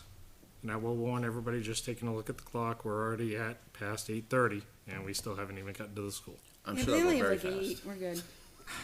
I don't feel like going back to the old School's Kerry off. That days saved us of about meetings 45 till minutes. 11. It's only 8 votes, and they're pretty straightforward. And 2 of them we don't even have to vote for, at least, right? Like the recall. Let's move on. All right, this one here, Recreation Expendable Trust. This one here, again, is going to not have a tax impact of $50,000. So we can vote as we so choose. Shall the town vote to raise and appropriate $50,000 to be placed in the Recreation Expendable Trust Fund as previously established? This sum to come from the unassigned fund balance and no amount to be raised from new taxation. Majority vote is required. Estimated 2026 tax rate impact is $0.00. Motion to recommend. Second. So, But, hold on, by the way, this was approved by the Board of Selectmen by a vote of 5-0. Discuss. So, I don't know if that's where you're gonna go, Carrie, but I know we asked for information Yeah. as far as clarification, where's this money gonna go, what are they gonna spend it on? And we asked for the rec to be here, and we received nothing. my question would be, what's the purpose? You And didn't receive the information? I thought Mr. Burns sent it. I thought he did too. did he send it? Thought he sent it, yeah, I thought so too, just recently. I mean, I can Yeah. dig it up, but. Mr. Burns did share it on Friday, December 19th. And what was it for, if you can just enlighten me? Was it Well, C. Burns? All right, so I have it right in front of me. Playground. So the projects that were listed on here, just to quickly recap. Town Hall floor repair, estimated cost range between $25,000 and Right. $30,000. Okay, no, all right, so I did see those, but, and then every one of them was like a range. And at the same time, we didn't get clarification as far as the floor, did we? First, it was all set to be like redone, and then it wasn't gonna be It's redone. still up in the air. Right. Yeah. Yeah. So, It's- and the every one of floor- these is like, so he has The no floor is closer. the floor is definitely, in my opinion, a huge unknown. I mean, it's an unknown, right? Because they thought they were gonna be able to do something with it. That didn't pan out the way they wanted. There is some workarounds they could do to make it work, but they have come to no conclusions as far as they know on that part. But the rest of the costs that he's laid out are things that have been in need for a while, right? So I'm going to be addressed. I think the tennis courts need to be addressed. The playground needs to get addressed. Those are all things that are in their project list. And based on that list, this is not enough funding from to finish all that, but the board decided that this would make sense. If you can get this done in a year, we would support the $50,000 addition. So I they think if would, you do that, if you look at the list that Mr. Burns sent, and if you back out the floor at Town Hall and look at the cost of those other projects with the 50K that's already in there, adding this 50K gives you the dollars to do the other 5 projects that are listed there, should they have the ability to do that. so why are we putting this in an expendable trust fund and not putting forth a warrant article just to do the repairs? We've always done an expendable trust fund. No, we paved GMS parking lot, it was a warrant article. We did other things, it was a warrant article. So So, why, but these are, again, these are assets we already own, we're just trying to maintain them. And so we created the trust fund to do this.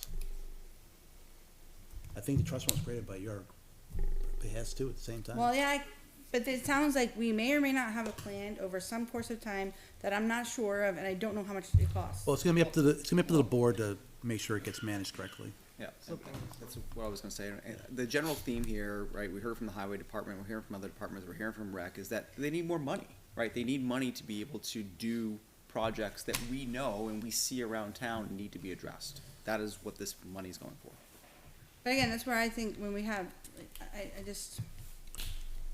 I mean, for that, we're putting paving as a warrant article, so why would, like, that's more. So to me, I don't like the mechanism that is being used, because it's, again, very, at least with the way it's written, is very, oh, that's the wrong one. It's just not very informative of what would be supporting. Yay, I'm supporting the rec commission, but what am I getting out of that? Well, again, that'll go in the voter's guide and, other materials that'll be sent out And about it. when it comes to, we nailed the school on things where, like, you guys don't have a number. There are no invoices, there are no proposals, there's nothing to back those numbers. You have one that's like, what, how big is the range? 60,000. 18,000 just for the playground? So either I'm replacing a sawhorse or something big, like, what is the actual plan? In fairness to the rec commission, 50,000 is a far cry from 23.5 million, right, just in fairness. I'm a process person. Both Yeah, of them, let's all- like, let's go with, there's no invoice, there's no proposal, there's no plan. The other thing too is the rec commission is a fully volunteer board. They're doing this on their time, getting these numbers, they're gonna work these projects, this is what they've got their estimates for. Again, as I said, the board is going to hold them to their schedule and what they said they're gonna do. And we will not allow them to spend the money outside of what they said unless there's a very valid reason for it. So, John, they would need the select board's approval as far as to expend any money from this fund? Is that, Yes. Yep. so they would come to you with a plan with invoices and here's what we wanna do? So again, to the other one, we have a plan to maybe spend some of it, so then next year we're gonna come back for more, or is this gonna be an ongoing request? Like, Well, what's this the fund's plan? always been, it's been funded over the years as it needs to. I think they try to keep $50,000 as a level.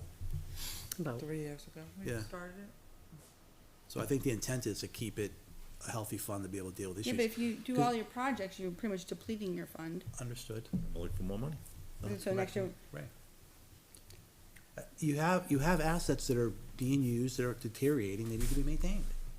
I'm See, not disagreeing. We haven't even with- addressed town hall. Right, so I mean, I get, Okay, so, I mean, that's another, that's the, It does seem like the purpose of this is to assign the funds to be spent on something specific, but it's incredibly not specific. But think about too, how is the GMS playground originally funded, fundraising? How was Sawmill, not Sawmill, Dara was funded through fundraising.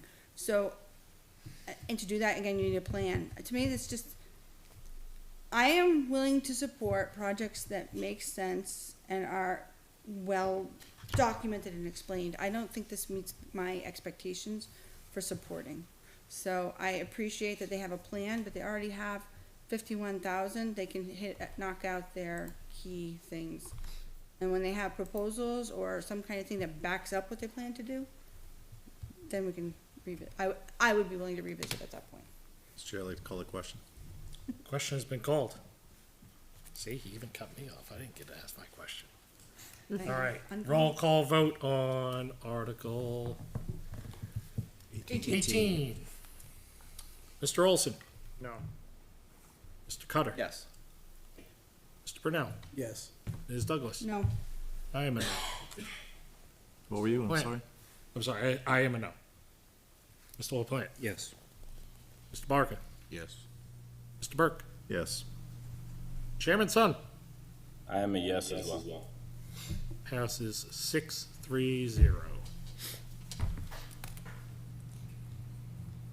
Article 19, Library Earned Time Expendable Trust Fund, and this, as well as the next warrant article, will be tax impact, and the amount would be $8,000, so this one could go ahead and get approved based on the current tax cap. Article 19, Library Earned Time Expendable Trust Fund, shall the town vote to raise and appropriate the sum of $8,000 to be placed in the Library Earned Time Accrual Expendable Trust Fund as previously established. Majority vote is required. Estimated 2026 tax rate impact is 0.4%. This was not recommended by the Board of Selectmen by a vote of 2-3-0. Make a Do I have a motion? Make a motion, recommend. Second? Sure. We're not gonna have it. Discussion. I have a question, Mr. Brunel. Do you recall why this was not recommended by the Board of Selectmen? I don't, do you recall? Cause I don't recall, I know I voted for it. Was it supposed to encourage to come out of the library budget, because it's unspent money relative to their budget? I believe there was some questions as to what the it's very similar to what the budget committee's questions were, I think, last meeting. As far as to who it's covering, what it's covering, I mean, they just aren't familiar with the plan. I did get the information from the library director, and put it in. It's everyone, was the short of her question. It depends on, so even the part-timers, there is some proration for the number of hours you work each week and the number of years, your length of service. So does that, a program So- that's similar to the town, does the town have a similar program for part-time employees? No. Is this what paying 30 out hours or more, that is a regular part-time employee, 30 hours or more I mean, they're is part-time. eligible for Their part-timers are like prorated. 12 hours, right? 6 hours, yeah, 6 hours. So it's again, a program, a plan that is more generous than the town employee plan. But I have no problem, I will say it, I have no problem saying it. So, but I would also argue that since they're supposedly a self-contained funding group, that if they want this, it should come out of their budget. So, I would vote no on this one. I would actually respect the Board of Selectmen's position on this one and vote no. Is this paying out like PTO time if someone leaves? Is that what this basically is? Yes, so they had one employee that retired early this year that took it, you know, Okay. had time and it. Is came there a out of the maximum fund. amount that they're allowed to accrue? There must be, yeah, I mean, I mean, I don't know, cause it's already. can't imagine a It's all- Just policy give them without unlimited one. PTO and they don't have to pay anything out. I'm sorry, what? Just give them unlimited PTO that doesn't accrue and you don't have to pay them out. There's no liability. Going to the library. That's the gag behind unlimited PTO. Yes. There are some individuals who have that within the town. Wait, what? Unlimited PTO. Any other comments or questions regarding Article 19 before Mr. Burke speaks? Call the question. This question has I been didn't called. even have to call it, we're ready. All right, roll call vote. Mr. Slide in Olson, Another question. No, Mr. Cutter, No. Mr. Brunel, No. Ms. Douglas. No. I am a no. Mr. LaPlante, No. Mr. Barker, No. Mr. Burke, No. Chairman Son. Feel like maybe I should have one yes vote. I mean, I do agree with the comments that I do think this should come out of the library's fund, given that the Board of Selectmen has no purview and oversight of their dollars. So because of that, I'm gonna vote no also. Exactly. This is not recommended, probably again in a unprecedented vote, 0-9-0. Is that 4 unanimous votes? That's crazy. Now we're starting to look like the Board of Selectmen. Ouch. All right, Article 20. How many more of these do we have to? Last one. Last one. Oh, thank Yes, God. because we do not have to Take us vote on home. Article 21. All right, Article 20. This one here So many articles. has a $16,162.87 impact as far as the tax cap. And because we're still at 84,346 under, it's free game as to how we want to vote on this. Article 20, additional town clerk hours. Shall the town vote to increase the weekly hours of the town clerk 1 part-time position from 34 hours per week to a full-time position at 40 hours per week, effective April 1st, 2026, for an estimated annual wage, benefit, and other related costs of $23,020.99. And further vote to raise and appropriate the sum of $16,162.87 for wage, benefit, and other related costs for the period of April 1st, 2026 to December 31st, 2026. Estimated 2026 tax rate impact is 1 cent. Majority vote is required. There's a table breaking it down below, and this was recommended by the Board of Selectmen on a vote of 4-1-0. Make a motion to recommend. Motion to recommend, do I have a second? There we have a second. So, Discussion. Again, this one's another one that stacks, right? It's .01 with 1 cent, and then for the following year, the total will be actually, what, 1 3/10 cents? Yes, well, so the difference was it would stack, Right. and the 2027 is for a full year. Right, 'cause it's where just the that first- impact is the difference between the Yeah. 23 and the 16. As a part of your planning for the default budget, would this particular article be impacted? Should you get a default budget? Well, if this one passes. If this one passes. That's what I'm saying. They have to use it for this, don't Would they? that, if they have to use it, yeah. But then would that If this mean, passed, but we get a default, we would still have to do this. but would that position possibly something that you would have removed during default? Not removed, Mm. no. Well, I guess you Dude, could take that'd be the, really hard. well, you to could take the do. budget ones down to 0 and then put this, but this is only, Yeah, this is only yeah. 8 hours, all right, or 6 hours.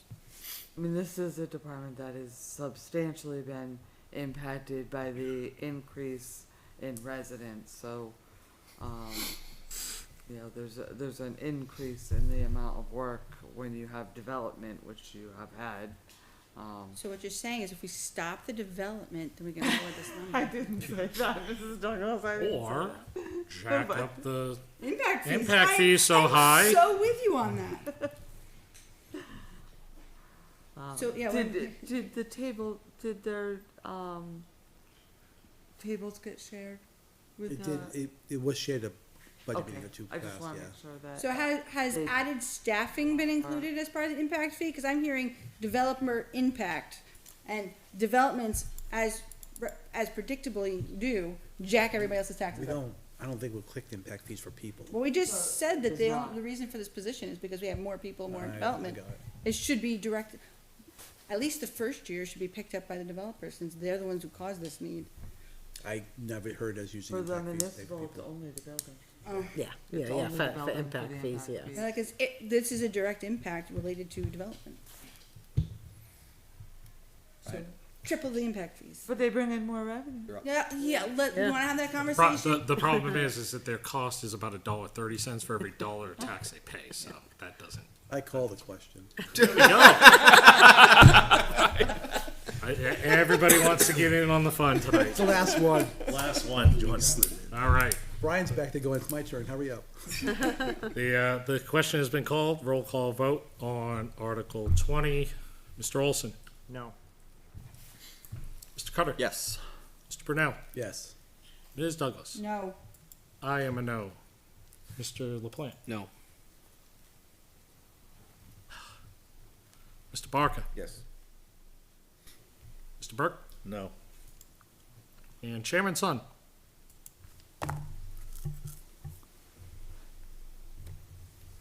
I think we went to the pool.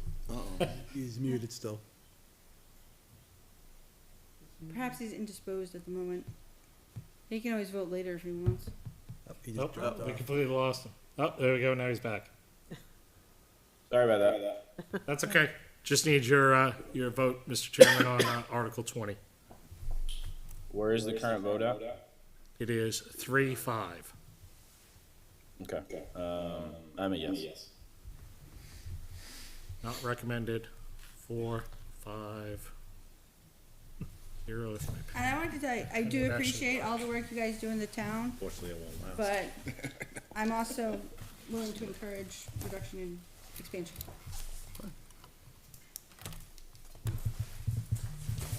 So there were 2 warrant articles that were removed. Mhm. The general assistance that the yeah. board decided not, we could fund it out of the existing budget, Okay. so it was funded. So the amount remains in the expendable trust, for next year, should it be needed. And then they didn't create the legal fund. Okay, Our legal expenses came in check this year, and, nice, we're gonna try to make that happen again. appreciate that, thank you. All right. Anything else for the town, or can we, let you both Go get home. out of here? Get out You of wanna here. hang around, unless you wanna hang around for more warrant article fun, you are free to go. Thank you very much. Thank you very much. Appreciate you through the entire Thank you. process. Thank you. Thank you, Kim. Thank you, Karen. Thank you. Happy Thank New you, guys. Year. Appreciate it.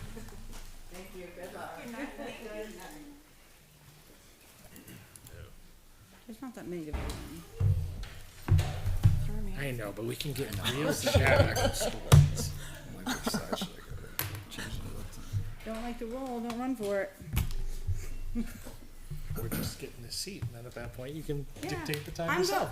I'm going with, I'm grandfathered into 2 meetings a week that went to 11, so if I'm down to 1 under 11, you're doing good. 11, that man's Good, that's not turned to happening. dust. All right, We'll leave you here to talk amongst yourself. Well, hey, welcome. we no longer have GMS, right? So, Yes. Which the good thing is, then there won't be any discussion about it. You want to discuss the GMS project? Go to a school board meeting. I had nothing to discuss, I was ready for my vote. so I'd like to just take a moment and thank the business administrator and superintendent for sitting there for 2 hours. And but here we go, and here we go. Any opening comments or items that you want to discuss before we get into the reading of the articles and voting? Nothing too much. I mean, when we go through the budget process, we do genuinely look at every single line as part of our budget. There's over 1,100 of them. And we ask our different department heads to examine each and every one of those lines, reflect on where spending has been in previous years and places where they can make adjustments. I think when you go through every single line, yeah, there are some that are consistent year to year, but there's also a significant number that change year to year. Some go up and some go down because we do take the process seriously. And we generally try to go through and look at every single line and see where things end up. In regards to the deficit last year, it was a budget that me and Julie didn't create, that we executed. Surplus, you didn't have a deficit. Oh, sorry. Don't Way say around. publicly you had a deficit. Sorry, it's 9 o'clock. And we factor that in. We've been reducing positions since we got here. We've reduced close to $1 million in positions over our 2 years here. And compared to where that budget was last year, in regards to other reductions, including special ed and particular lines throughout the last 2 years, we feel very comfortable with our number and where it is. Our teacher contract, I think, is very fair.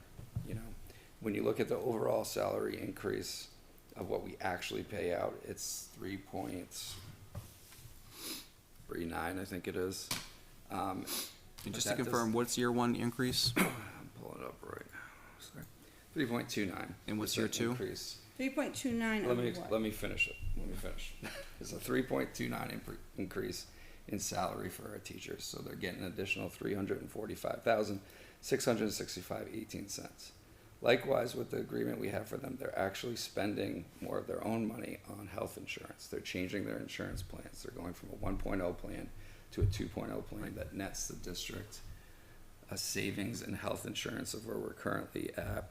So I guess I'm gonna be asking about health insurance, what is the proposed breakdown? Cause I think right now it's 8713. Well, before we get to Article Still 2, that. do we Alright, want? I'm saying he just mentioned this, I was okay. just curious. Oh, it's still an 8713, but because we're shifting them to a different plan that's changing their premiums and the amount of money it's gonna cost them, we didn't change the percentage. We're still saving in insurance by shifting them to this plan. about $80,000 to $90,000. I thought I had the exact figure in front of me. I don't. At this I'm time. just interested in the split, so thank you. And so that factors into why you see the actual warrant somewhere at 265 or 63, whatever it actually ended up being. There's minor increases to stipends. It's trivial in the big scheme of things. It's a couple $1,000s here and there, but it's insurance and salary. Those are the two big things. So the increase on, and this is people that we are currently staffing, right? Like it could look different by the time we roll around to next year. We've seen a pattern of attrition in this district when it comes to when we hire, where we can, like if someone is leaving at the top step and we don't hire someone at the top step, that's obviously a net savings for the district. And we've seen that savings over the year. We factored that into some of our bottom line cuts that we made throughout the process here. So that first year increase is just 3.29%. Part of our negotiations with the teachers union this year was to redo the salary grid. It's not just a blanket, we put X% onto the entire grid and increase it. We went through and we actually changed the grid itself to balance it more across the grid. So it's not just a uniform like, hey, we're gonna put this % on the grid and increase everyone up. We did include additional steps in this grid, a step 16 and a step 17, and that allowed us the flexibility to not put as high of increases in the lower steps in our grid. So it was a trade-off where we were working with our staff and who we currently have. That's why you see an overall increase to it of only 3.29%. Some people will get the step increase, which is 3%. Some people will not get that same 3%. They will only be going up a lesser percent than that. And some will go up more. It all depends on where they are specifically in their career at this point. We feel this is great. If you look at the two numbers there, I know we're on one, but there was a question or comment earlier about two. You know, your last contract, both of your years for the district were over $600,000 increases. We're not even hitting either of those numbers. with Those were two. anomalies and those weren't normal. Maybe so, but this is, you know, if you get that once, I would expect you to come back and ask for it again. You know, so I we won't go back. got significantly less than those increases in this contract. Again, I think it's fair. I think the teacher union understands the situation the district is in. We had a good, strong negotiation by both sides, and both sides feel very comfortable where we are in a contract. So. Well, we'll discuss that in further. So I guess that's my opening comments. So are some people not getting a step the first, what'd you say that, they're not always gonna step in and It's increase? not a universal step increase. For example, like if you go through line by line in the grid, Yeah. rather than just say overall we're gonna take everything in the grid and increase it by X%, right? yeah. What we actually did is redid the grid so there was more Okay. uniformity as you went across and a little more uniformity as Okay, you but went the up and down. agreement includes, they get a step every year, They would still get their Okay. step as in Which like I also gain another year of increases. experience. which is also increased this year, but not to the same numbers that were spoken Oh. to at. I think if you've done some numbers, you'll find some significant increases. Oh, you will in certain For spaces, individuals, there may be significant increase, and for others, there are not. but it's not a 12% increase across the board. No, but there are some that are closer to 7, 8. Yes. But again, that's just where people are in their careers, right? Like other people are not seeing that increase, right? You can cherry pick any individual. Well, that's seeing again, we will have a conversation about Article 2 and, Okay. well, at least I will. I will wait to bring up my questions for. Thank you. So just back on Article 1, right, there was some public comment this evening about 1.4 million. The superintendent talked about it a moment ago. We've had some previous conversations at the Budget Committee level, certainly many conversations, time and time again at the school board level. There's been many responses to public comment and to email exchange on the 1.4 million, including over the holidays. We've provided multiple files responding to, with very detailed explanations as to the 1.4 million, which is 2 fiscal years ago, how we resolved that, and yet it continues to be brought up in these public meetings. It's beyond frustrating and it needs to stop. I'm going to leave it there. Any other questions or comments before we roll into the reading of Article 1? No, but I do get concerned when we're telling people who pay the bills to not ask questions. I'm not telling them to ask questions. They've asked the same questions at least 50 times and we've answered it. I was gonna bring, I have something for public comment anyway afterwards. We're gonna move to Article 1. Article 1, the average cost per pupil for the preceding year as calculated in accordance with RSA 189:75 IA is $20,765. ELA proficiency, 58%. Math proficiency, 41%. Science proficiency, 32%.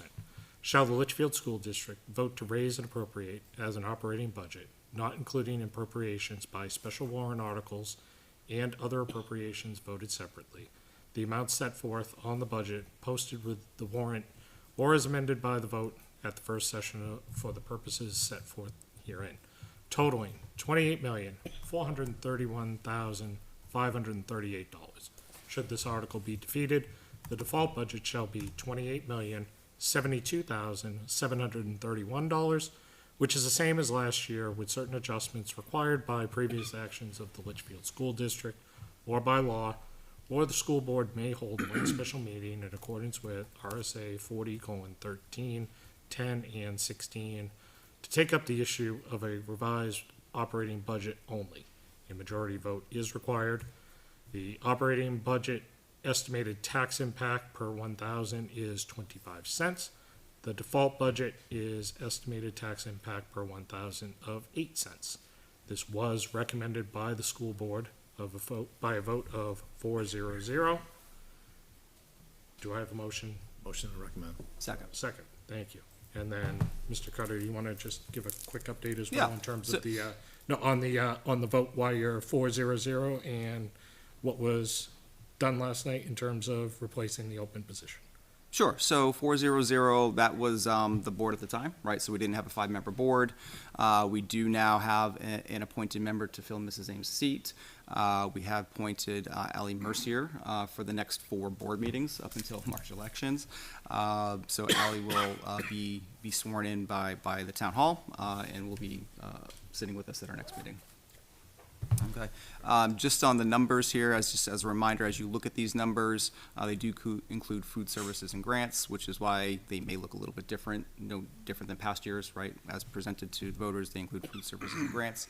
When you strip those numbers out and you look at the core budget numbers, the budget numbers are a 0.08% increase over this current year, right? So after the school board cuts, after the budget committee cuts, that is a 0.08% increase, which is 25-ish thousand, I don't have it in front of me, $25-ish thousand or so. So I In guess- just core budget numbers. So I'll ask a question to the table. How do you two feel about the operating budget? I feel like the process was fair, we went through, we Feel presented the comfortable budget. with that number, though? What's that? Do you feel comfortable with that number? I mean, if you wanna give us more, we'll take it, but yes, Everybody will take more. but yes. Do you have the feeling that, look, when a default budget gets voted in, it turns into the sky is falling, I don't know how we're possibly going to do this. If you're just taking a look at this operating budget, Yeah. do you have that type of fear and anxiety? Well, I think we would like the operating budget. Obviously, we've gone through the process and defended our different lines that we've had throughout the budget, correct? I think one of the things that we're trying to do as a team, like, I'm actually gonna go on a slight tangent here to advocate for the operating budget as it is, in the sense of this, we are operating in the default this year, and we are trying to budget correctly, and there's so much movement where you're in default for multiple years that it actually makes it harder to define the budget year to year, right? Like, we're carrying over a number from a math, bringing in a math set of textbooks and stuff like that, that's like $100,000 figures, which skews lines, but you're seeing that as a like, it's factored out of the default, but it still exists as kind of a proposed line later on where we need to just get rid of that and put money where it properly is and stuff like that. So it'd be nice to get an operating budget passed, so then we have all of our Yeah, stuff that's in the right places. So there's selfishly, for the two of us, please pass our operating budget so we can do this right, like, moving forward. But two, we go through a process through our department heads, budgets come to us, we cut it, knowing that we're gonna bring something to the board, anticipating that they're gonna go through it with a fine comb to make their recommendations and challenge and ask questions about where everything is. Understand it's a fair process. Same thing happens with the budget committee. We would like you not to cut all that stuff. We understand the process, right? We feel comfortable where the operating budget is right now. That's, I think as we've gone through those meetings, we've been clear about that. We've understood why the decisions were made in regards to different reductions. Again, there are some I wish you hadn't done, but I understand the process. Like, it's nothing personal. It's just business. So. comments, questions? So, I know the state is now requiring us to put the proficiency percentages in there. Do you have any, consideration of like, at least the voter guide, maybe put what the state averages are? Yeah, this is the recommendation of putting it this way from the DRA, so we stuck to this, But right? I know that like people look at it and say, wow, is that good, is that bad? And then, It's challenging, right? Like what's typically, I mean, there's variations year to year for this district, but in generalities, we usually are higher than the state average in our ELA scores. Math either right at state average or slightly below, and science the same thing, right at state average or slightly below. Yep. There's been history where math and science have both been above the state average, below, but it hovers around that. Yeah. Whatever in ELA is pretty consistent. In the voter guide, we are gonna provide, obviously, with all warrant articles, but more context with which these numbers are, so. I just don't like the formatting of the paragraph, like putting it at the bottom underneath the recommended vote would No. annoy me less. Yeah. The formatting is just like, oh, makes me twitch. Thank you, DRA. Well, because the first sentence, like, what are you asking me? Right. Statement more than anything Right. else. Yeah, it's weird. you're asking for help, bring proficiency to. Other questions and comments? Well, it Chairman. doesn't seem to have a proficiency for like composing a document, so. Well, that's not there. This is probably given by the state. This Right. is the DRA. So I guess the question is, you're comfortable with the operating budget. Do you have a contingency should this go the other way? I mean, we'll go through a similar process that we did this year, right? Like, we met with the board in April, we had our proposed cut list of where we would make up the difference.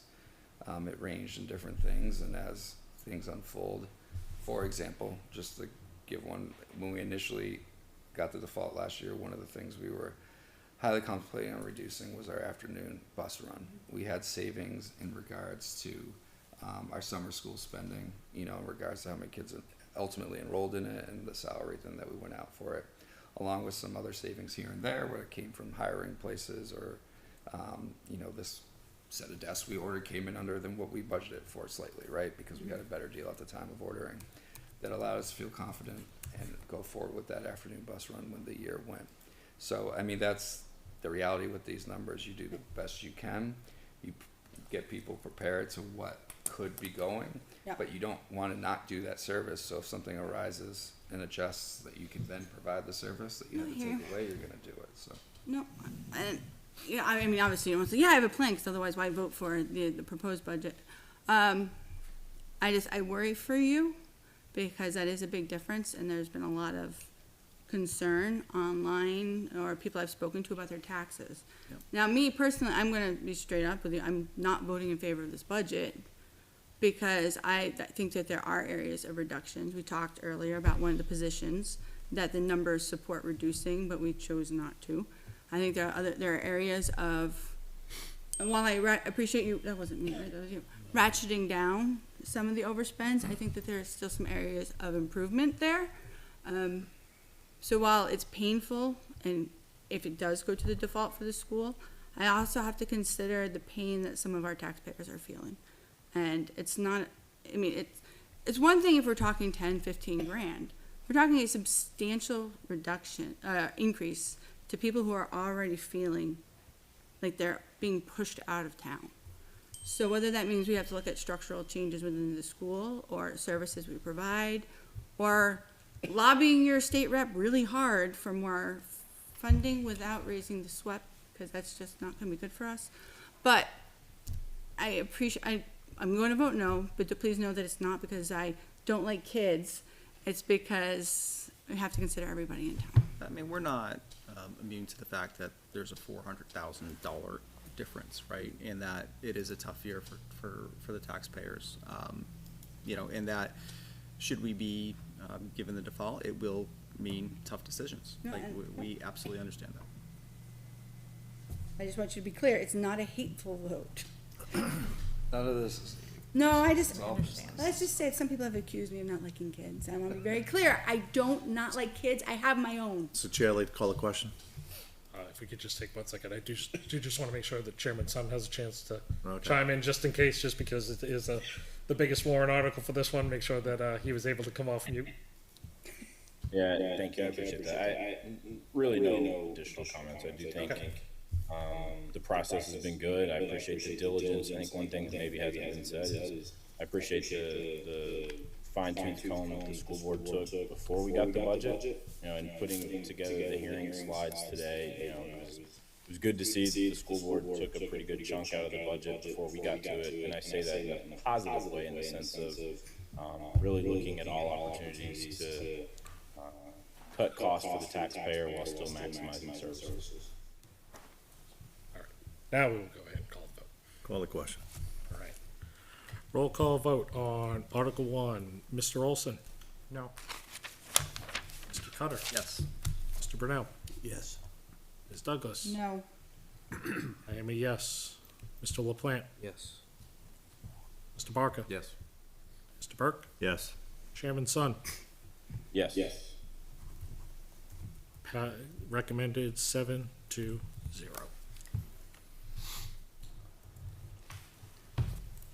Article 2. Shall the Litchfield School District vote to approve the cost items included in the collective bargaining agreement reached between the Litchfield School District and the Litchfield Education Association, which calls for the following increases in salaries and benefits at the current staffing levels over those paid in the prior fiscal year. And there's a table for 2026, 2027.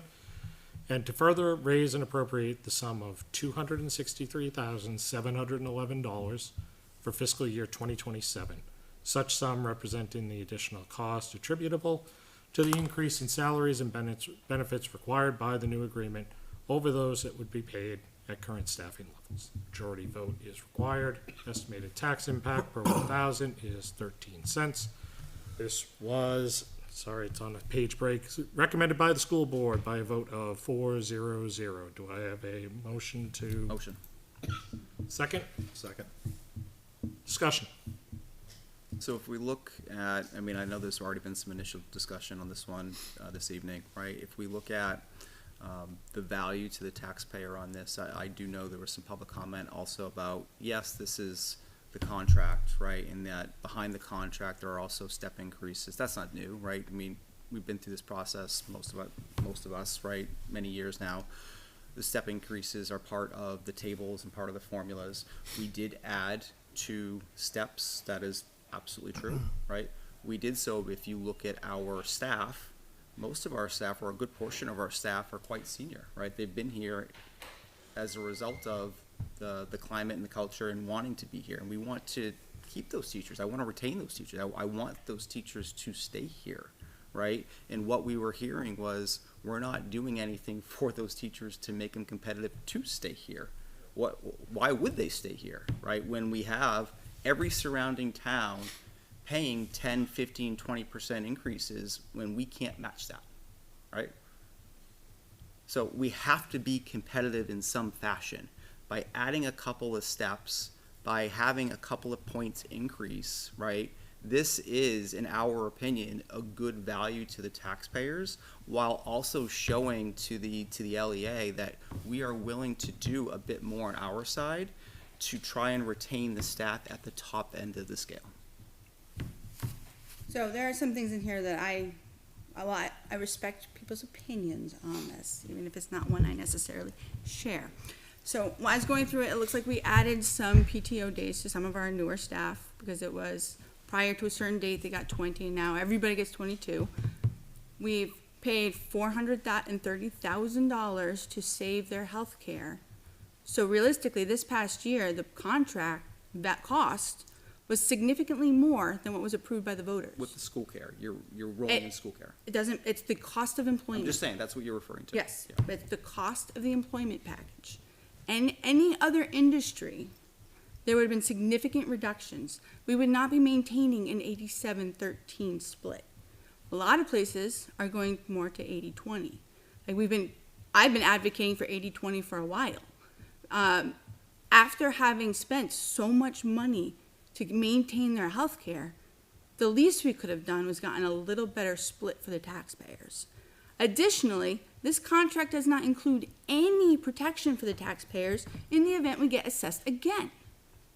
So, yes, it's great to help maintain the taxpayers, but this may not be the full cost. We may be on the hook for another assessment, and there's nothing in there to say that the increase, the assessment was driven by user accessing their system, which is great. Access your health care. Problem is, I've got no control of that as the employer. That is driven by the people who use it. Therefore, the people who use it, who are driving up the cost, should have some skin in the game on that. That should not only be on the taxpayers.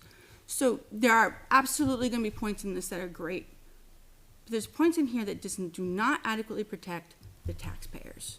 Yep, and I will say that the board, you're right on the insurance side of things, right? And we did move to a 1.0 to a 2.0 plan, which does yield savings to the taxpayers, as the superintendent highlighted. But there are opportunities to do more, no question, right? And what school care and the events that transpired going into the start of this year, what that brought forward is an awakening, right? And saying, hey, what else is out there aside from school care? Now, there are 90 or so districts in the state that use school care, so we're not alone in this.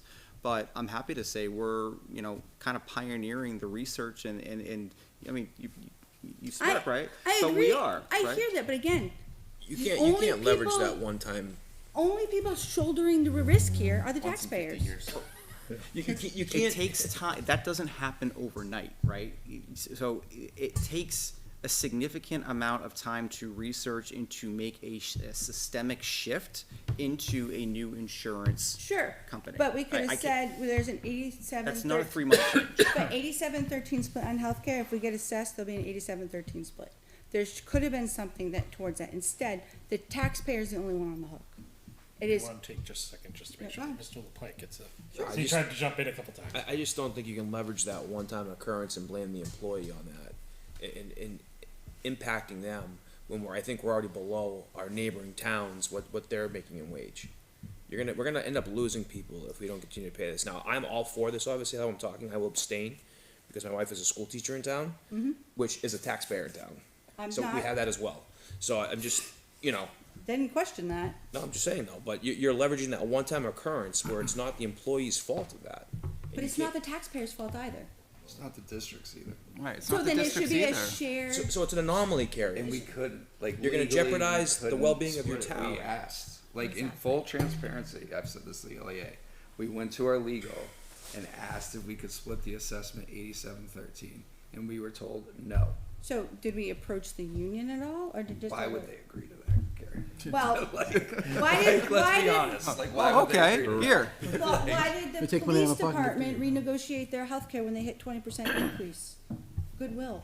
So I mean, I can't Good, fault well, them. they're taking a lot less money. I can't fault them for not agreeing to it if we didn't ask, but at the end of the day, it's not, there's no protection in this contract for the taxpayer.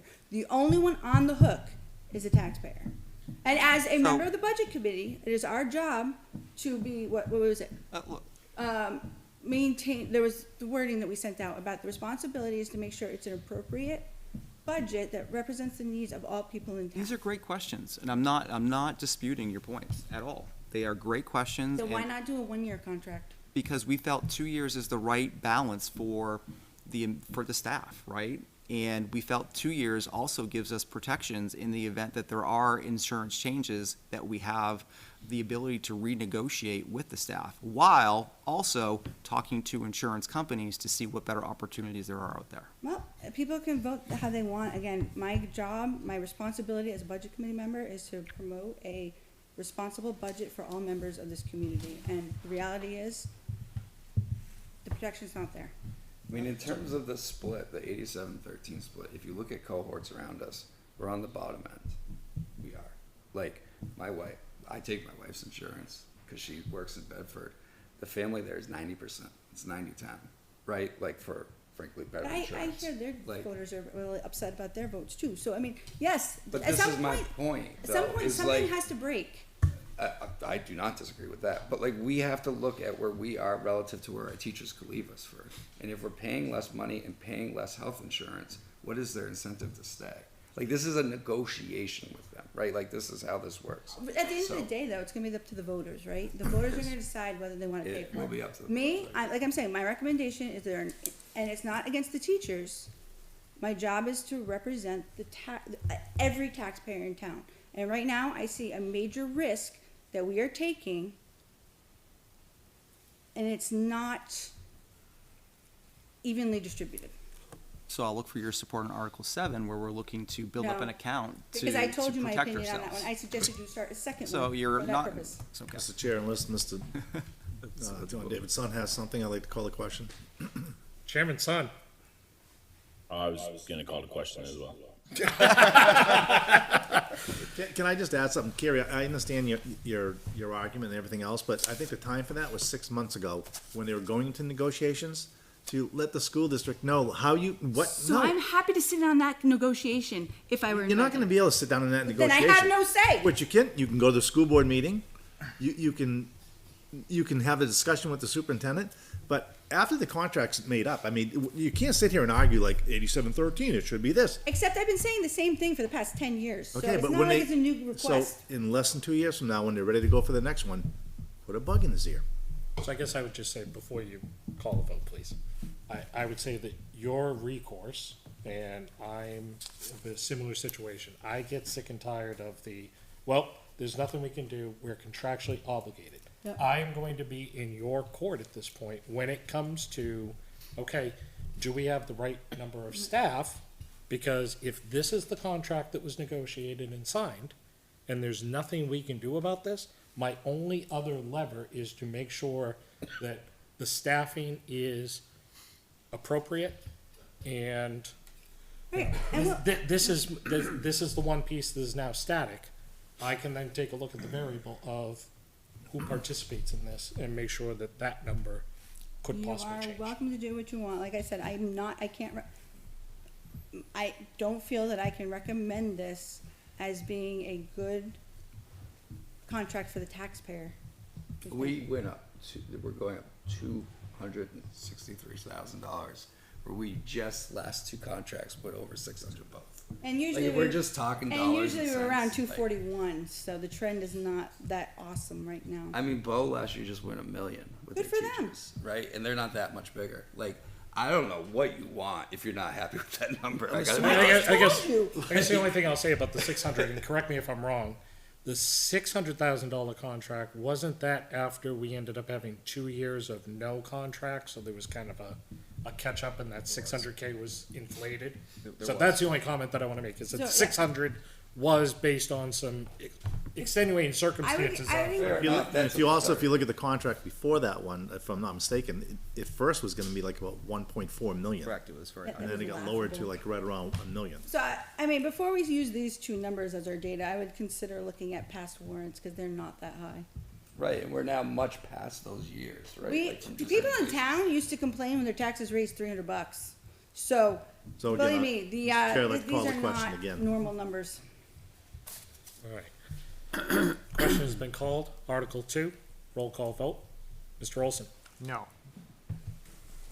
Mr. Cutter. 100% yes. I don't know, I think you had a little bit more enthusiasm on one of the town articles. Mr. Brunel, Yes, see, it was like that. I'll try to make up for it. Ms. Douglas, No. I am a yes. Mr. LaPlante, you have to abstain, correct? Support but abstain. Mr. Barker, Yes. Mr. Burke, Yes. Chairman Sun, Yes. recommended 6-2-1. Hey, we can skip this one. Skip the next two. Skip Article 14. Oh, yeah, we can skip Article 14. Thank goodness, yes. Just for those that are watching, Article 3 and Article 4 are around being able to, Article 3 is around a special meeting if Article 2 fails. Article 4, not budget impacted, about naming the baseball field at Campbell High School, which moves us to Article 5. Article 5 reads, shall the Litchfield School District vote to raise and appropriate the sum of $250,000 to be added to the Building Maintenance Capital Reserve Fund established in 2005 for the purpose of funding school capital improvements, building maintenance, and repairs in the Litchfield School District. A majority vote is required. Estimated tax impact per 1,000 is 12 cents. This was recommended by the school board by a vote of 4-0-0. Make a motion to recommend. Bill, do I have a Okay. second? Do I have a second? Discussion. This was again the one that we are building up for the roof. Correct. Yes, so this is consistent with last year. This is tax impact raised by taxation, just like we've done last year. Right, but again, I wanna be very clear, I will vote for it because my understanding is it's for a specific project. This is for a specific project. And when is that project expected to be started? 2031 is the target. Oh, at the current rate, we'll have the money. That's the idea. And we have interest paying to ourselves. How much is it, did we say that the roof is gonna cost? With everything else we would do, because we do HVAC work Right. up there, the initial quote we've got now is 2.03 million, I Oh, think. we're making good progress. Obviously, once we get closer, we would get an actual. No, absolutely, but I'm like, well, you're about, what, quarter of the way there? By then it'll be like 44 million. 20% of the way? Inflation, building costs go up. 4 million. Bond interest rates will Hey, double. it's a start. It's a, you know, I like that we're proactively funding it, cause even if we have to borrow, we'll be borrowing less. 100%. All right, I'm gonna ask you, are there any other questions? Because I don't think I've ever seen so much giddiness within this board about a particular warrant article. No, I'll call the question. Now, did you have Straight another- boiling iron. No, like I'm saying, I'm just being very clear, specific about my Yes. intent behind my vote. All right, It's a question been called. vote has been called. Article 5, roll call vote. Mr. Olson, No. Mr. Cutter, Yes. Mr. Brunel, Yes. Ms. Douglas. Yes. I am a yes. Mr. LaPlante, Yes. Mr. Barker, Yes. Mr. Burke, Yes. Chairman Sun. Yes. 8-1 recommendation.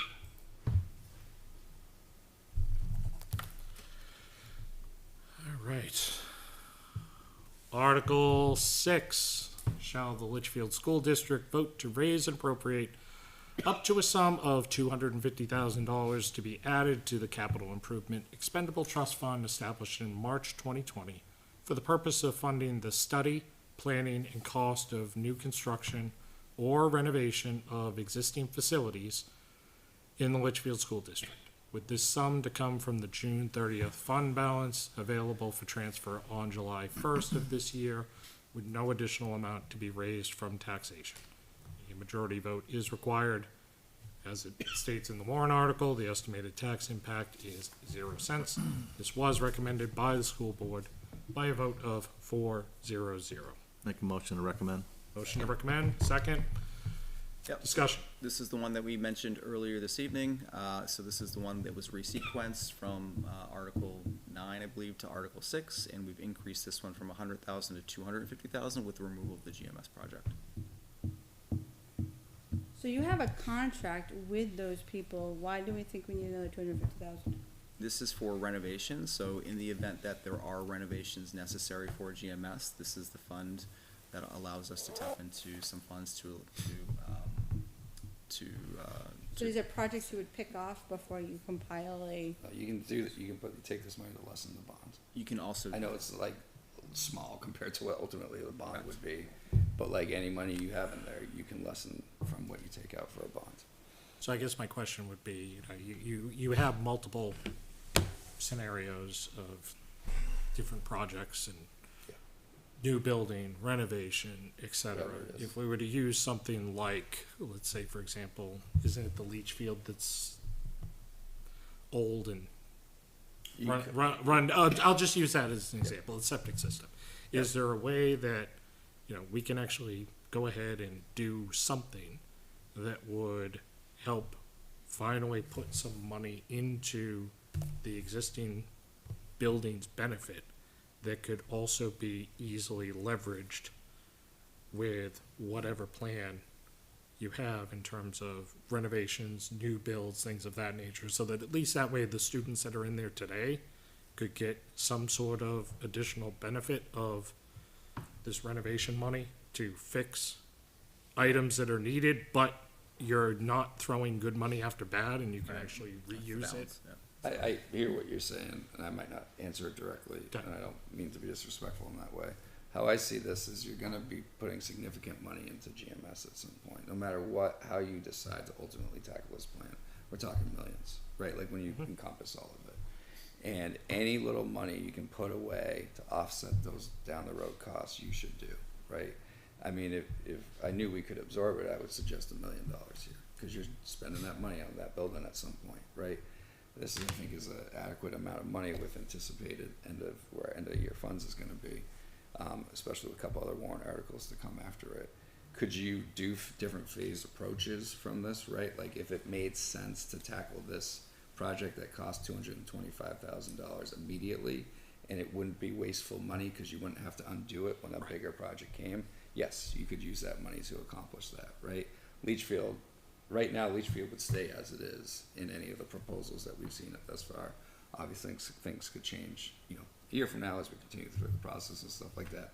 But if there was an issue with that, or we could do that separate and it wouldn't be wasteful money, right? We're just throwing money to this. Right. Yes, we could access that money to take care of that in more immediate time. Okay. I'm just looking at it, you know, the students that are going through there right now haven't gotten hardly anything except for emergency money spent as far as any changes, renovations, or things like that. It would just be, you know, at this point, it just feels like it's so far down the road. It would be nice to actually give the families that are in there today some sort of financial benefit for us keep continuing to pump money into this particular fund. But again, as long as it would be reusable for whatever project you're gonna move forward with. Just a quick question. It states for new construction or renovation of existing facilities. So I'm not looking at this as like a piggy bank for you to go and do maintenance on existing facility, like, right? So, That's the other one. yeah, okay. The other article. So this is all gonna go towards something new. It cannot be spent to put Band-Aids on something that will not be there in hopefully 5, 6, 7, 8 years. Yeah, it's gotta meet that definition of a renovation. Now, that's a wide net. Like, I think if your septic was part of a larger renovation project and you were to do that in different like phases, you could take this out to address that.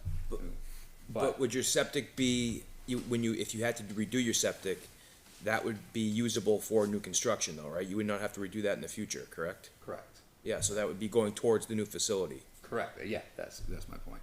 If we were just to like, hey, there's a hole in the wall, we gotta fix it. Yeah, we're not talking fixing pipes that are gonna, you know. Yeah, explode or whatever, like, you can't take this from that, right? Like, we do have a different reserve account, that's the one we just talked about before, that allows some of that. Obviously, we have a targeted purpose for that particular reserve account. But if the worst was to happen and the roof was to collapse at the high school, let's just talk about the high school, that's what that counts for tomorrow. If it doesn't happen, you could access that money in that account to take care of that. Not this one, the one we just previously. Yeah, not this one. This is going towards, yeah. This is for GMS, that's.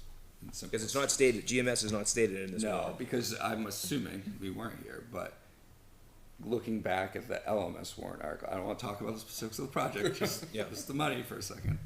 In that warrant article, you remove some money from this account to lessen the bond or the lease that you took out for that project, right? Cause you have money in this Was reserve. it for that, account or was to it do to that. pay off the deficit?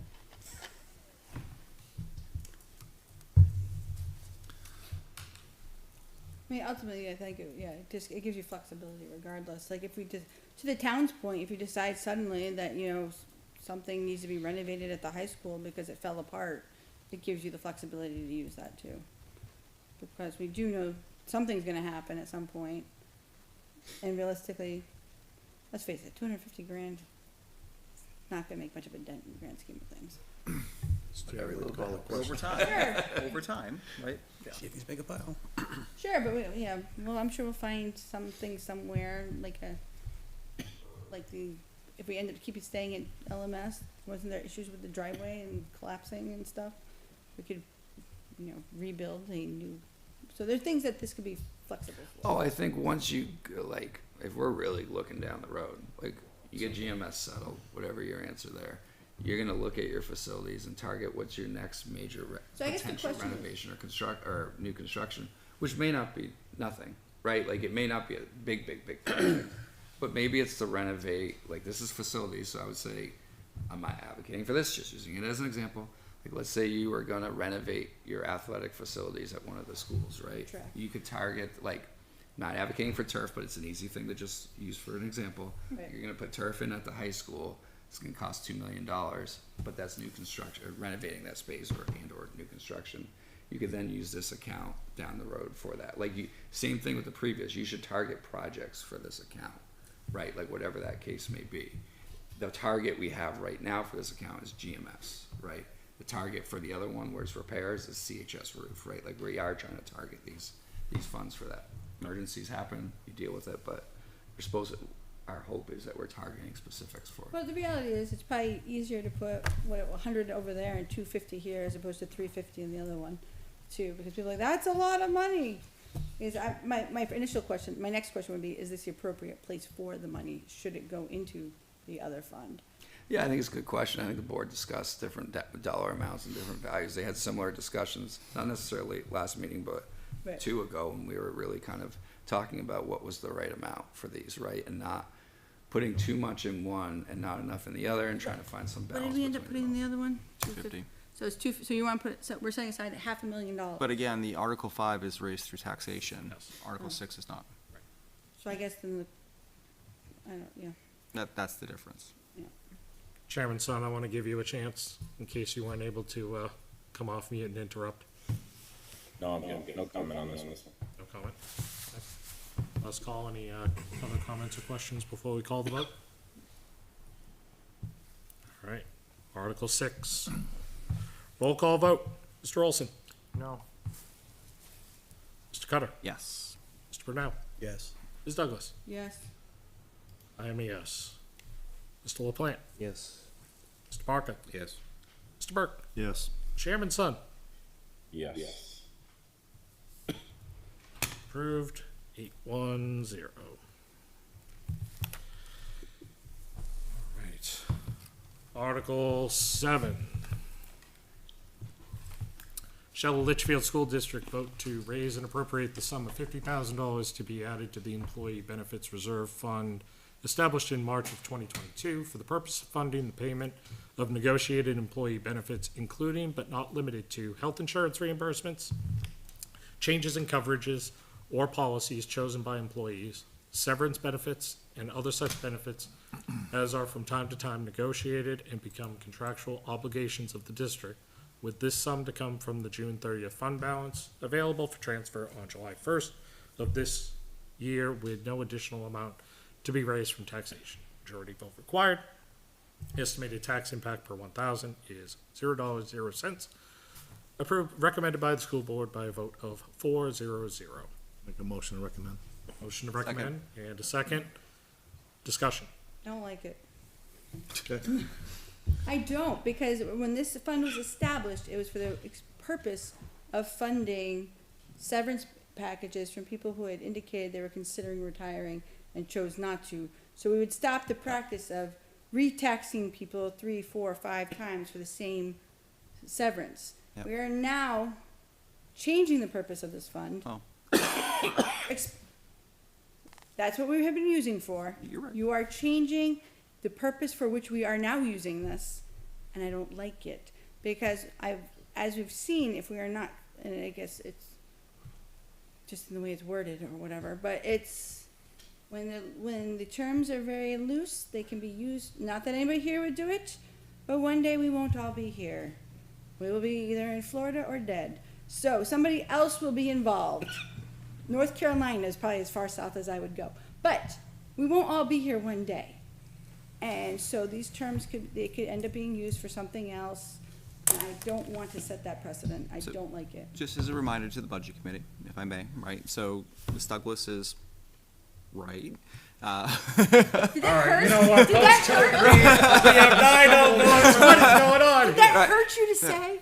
No, it didn't, right? So, I mean, this article is for the severance packages, and it still is, right? The new part of it this year, and what's changed, is the health insurance aspect. And we've talked a lot about health insurance this year, and the health insurance is top of mind for the board, for the administration, as we explore, in light of school care, new opportunities for insurance companies, right? One of the things that we've learned is we do need, in order for us to lower our risk and to move successfully into a new insurance program, is we need to have a bit of an account, right, to have a bit of a buffer, right, and some funds behind it should a scenario happen where we need to pay out more than we're anticipating for insurance premiums, right?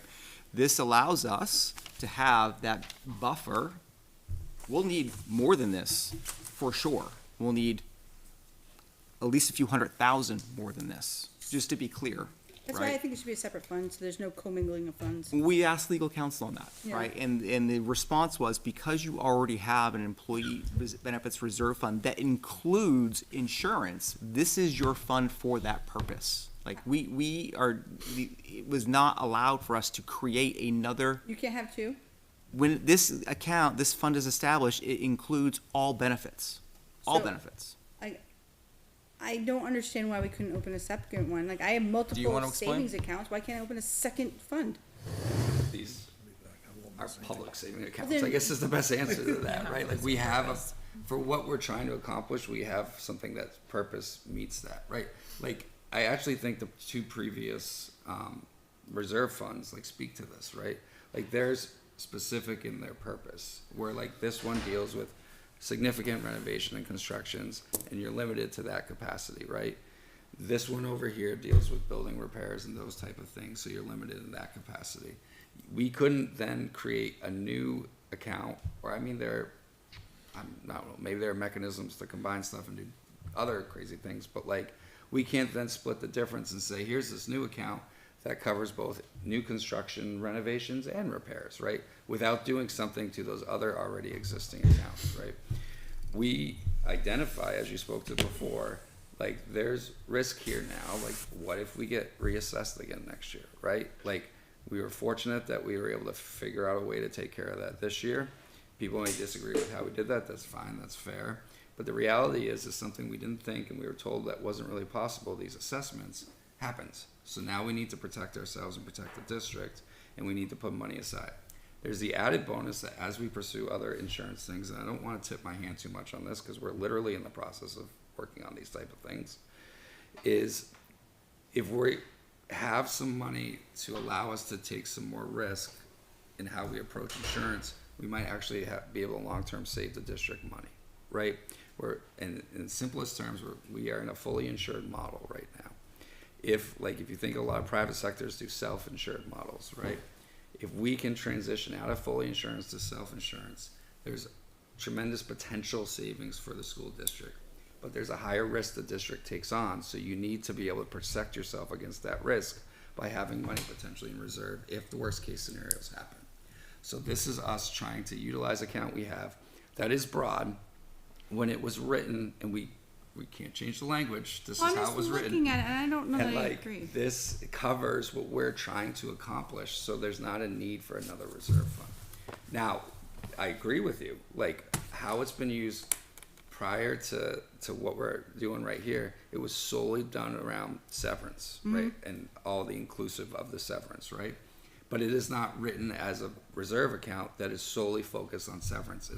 It's written So in a there's a sense. potential, though, you find yourself in a situation, you drain what we paid for severance, and we're screwed.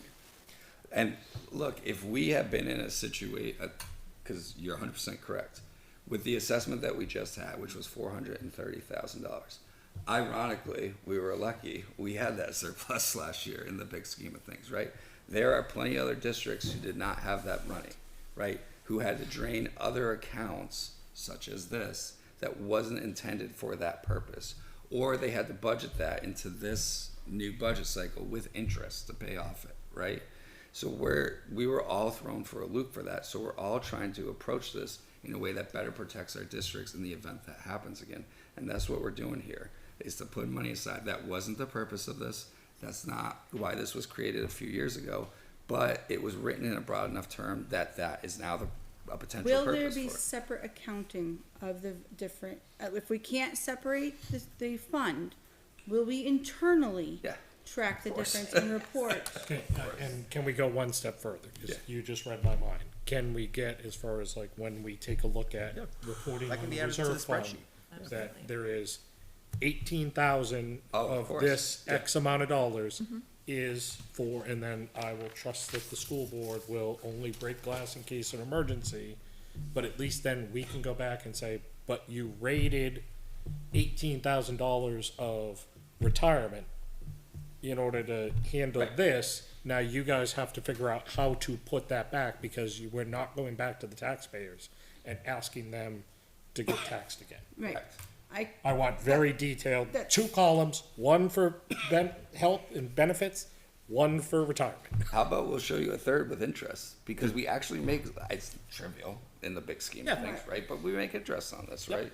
So, you know, of this 50,000 right now, I think it's $2,433, I might be off by $1 or $2 there, is for severance. So like, in a voter guide, I don't mind articulating that as well. Like, of this 50,000, this is the amount dedicated to severance.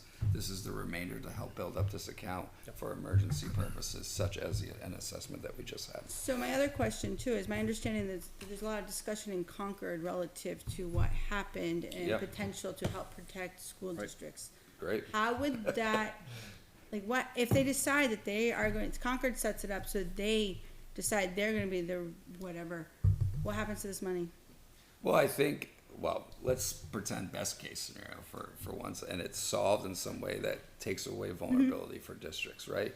I think that allows us, keeping track of these numbers, to have a budget year where we are essentially shifting that money to cover a severance payment and not having to budget that amount in, right? Like, if there's a solution that kind of takes away that risk for us as a district, which I would love. Right, so there's the ability then to You know? just reallocate it as it becomes. Correct, because it's internal accounting for us, right? Like, that allows us that like, I don't know about your own bank accounts, but you may have in your savings account or checking account, I know this amount is gonna be dedicated to my mortgage every year. This is for groceries, this is for so on and so on. Yeah. I'm much more comfortable than I was when we Well, first. I less don't like it. I still don't like it, but I less don't like it. We're winning you over, that's all we can do. Any other questions or comments? Call the question. Thank you. All right. Article 7, roll call vote. Mr. Olson? No. Mr. Cutter? Yes. Mr. Burnett, you're losing your enthusiasm, man. It's getting gonna be late. like 10 Mr. Burnell? Yes. You should just be excited, 'cause I'm gonna vote yes. You're like, yes, Carrie voted yes. Wait. Yes. Yes! I am a yes. Mr. LaPlante? Yes. See, he doesn't have the same energy. Mr. Barker? Yes. Give it a few years, they'll have set the same. Mr. Burke? Yes. Chairman Son? Yes. There it is. All right. That one is recommended 8-1-0. And Andrew, you're gonna drive my eyes crazy if you keep highlighting text like crazy. I keep looking at it, he keeps like highlight. My bad. All right, Article 8. Everybody This sees is it. the didn't realize last everyone one of the evening. Everything you do. All right, Article 8. Shall the Litchfield School District vote to Active raise vote, and appropriate up to a sum of $50,000 to be added to the Technology Capital Reserve Fund established in March of 2016 for the purpose of funding the acquisition and replacement of hardware, software, and other technology equipment. With this sum to come from the June 30th fund balance available for transfer on July 1st of this year, with no additional amount to be raised from taxation. A majority vote is required. Estimated tax impact per 1,000 is $0.00. This was recommended by the school board by a vote of 4-0-0. Do I have a motion? Make a motion to recommend. There we go. Second. There we go. Discussion. Did we receive a plan and a verification of what this, where we're trying to I go? mean, I'll and be how we're gonna- transparent that this is a little bit more squishy than those other ones that we've been talking about. This year, as we went through the budget process, our technology costs obviously were extremely high, right? One of the reasons was that, Brendan's not here to correct all my misspeakings of all this stuff, but we're getting these 3 new servers that are gonna cost $45,000 along with other things that drove it up to probably like a 6-figure increase. That's not something that we want to do on a regular basis, right? So if there's a way to build up this reserve fund, so if there are some of these more expensive technology things like these servers, like those 3 servers cost $45,000 that fail or break, or even if it's just to try to level the technology year after year, and if we have to reach into this account to balance that stuff out, that's what we're trying to accomplish. It's similar to the special ed idea, right? Like, we want to try and like get into some sort of rhythm with that type of stuff, but recognizing that like it's so critical to like, and it can swing so quickly from an operating standpoint. But there's that a we need some stuff in justification reserve. for that number. Like, I can tie that to a reason for the number that you were pursuing for special Like I ed. said, it's a little more squishy. I don't have that for this one. So I would want Why to it's know why number 8. 83,000 versus the, like, why does it have to be 130 instead of 83? I mean, it gets back to your comment on the rack, right, where you're looking for a plan, right? Yeah. I mean, this is, there's no, like, Just throwing- here is the exact, like, we're trying to build up an account, right, for protection, because there's so much of a need behind technology, and the technology director has come in and said, you know, I need some additional money for my reserves to protect us. Right, and that was based on the current setup. Like, we talked about possibly looking at consolidating into fewer Chromebooks across the middle school, since they don't actually get them until 8th grade, like whether or not you have classroom sets and other stuff. So does this reflects the current plan and not anything that's been considered for adjustment? Well, just take a step back from that. Good question, but I'm not gonna answer directly. Not purposely, but to Right. give you perspective. So Brendan came on board in September, and one of his goals is to create plans. Like, we do not have an up-to-date technology plan right now, and that's a problem, because if we did, I could tell you exactly what this money was going from. Like, Do you mean with all the other issues you've been dealing with? well, you know, and he's gonna create a 5-year plan. That's what he's working on. His first thing, we talked about this board meeting last night. He finished a cyber incident response plan, which very critical. Finished that first draft of that last night. We're going through that process on the board. Next on his docket is the 5-year tech, plan that will point to spending and what we're doing and the purpose for all the technology that we're using, that we want to tie obviously into this reserve and fund. So we don't have a plan yet. Again, just being transparent. We're working on the plan. We would like to take the opportunity to put a little money into this account with the intent of following said plan when we get it in place. It is our last warrant article for a reason, because we understand it is the squishiest of the 7 that we have here, so. So or I guess 8 just that we a have here. couple things. One, obviously, you highlighted it, that, look, your IT director came on in September. Yep. I'm not expecting that there's gonna be a fully baked plan by the time Well, it this should've been- particular it warrant should've article, been so, with the so last hold on one guy. second. So, you know, I look at this very similar to a much smaller scale than the GMS project, is that at some point you gotta just look at it and go, it's just not gonna work. Item 2 that concerns me is, you know, you use the servers, $45,000 for the servers, as, you know, like, oh, you know what, we got hit with this and we're trying to avoid that. I'm now looking at, you've got $83,000 in the fund, and you didn't tap into that to replace these Not to mention- servers for $45,000. That makes me feel like if you didn't have to break glass and go get that, and we could fit it in the budget, I would rather wait until I see a plan before I go dumping another 50,000 in it. And ultimately, if I could go back, my recommendation would have been that Article 8 doesn't exist, and that 50,000 goes into, you know, Return. capital improvement or. Or return to voter.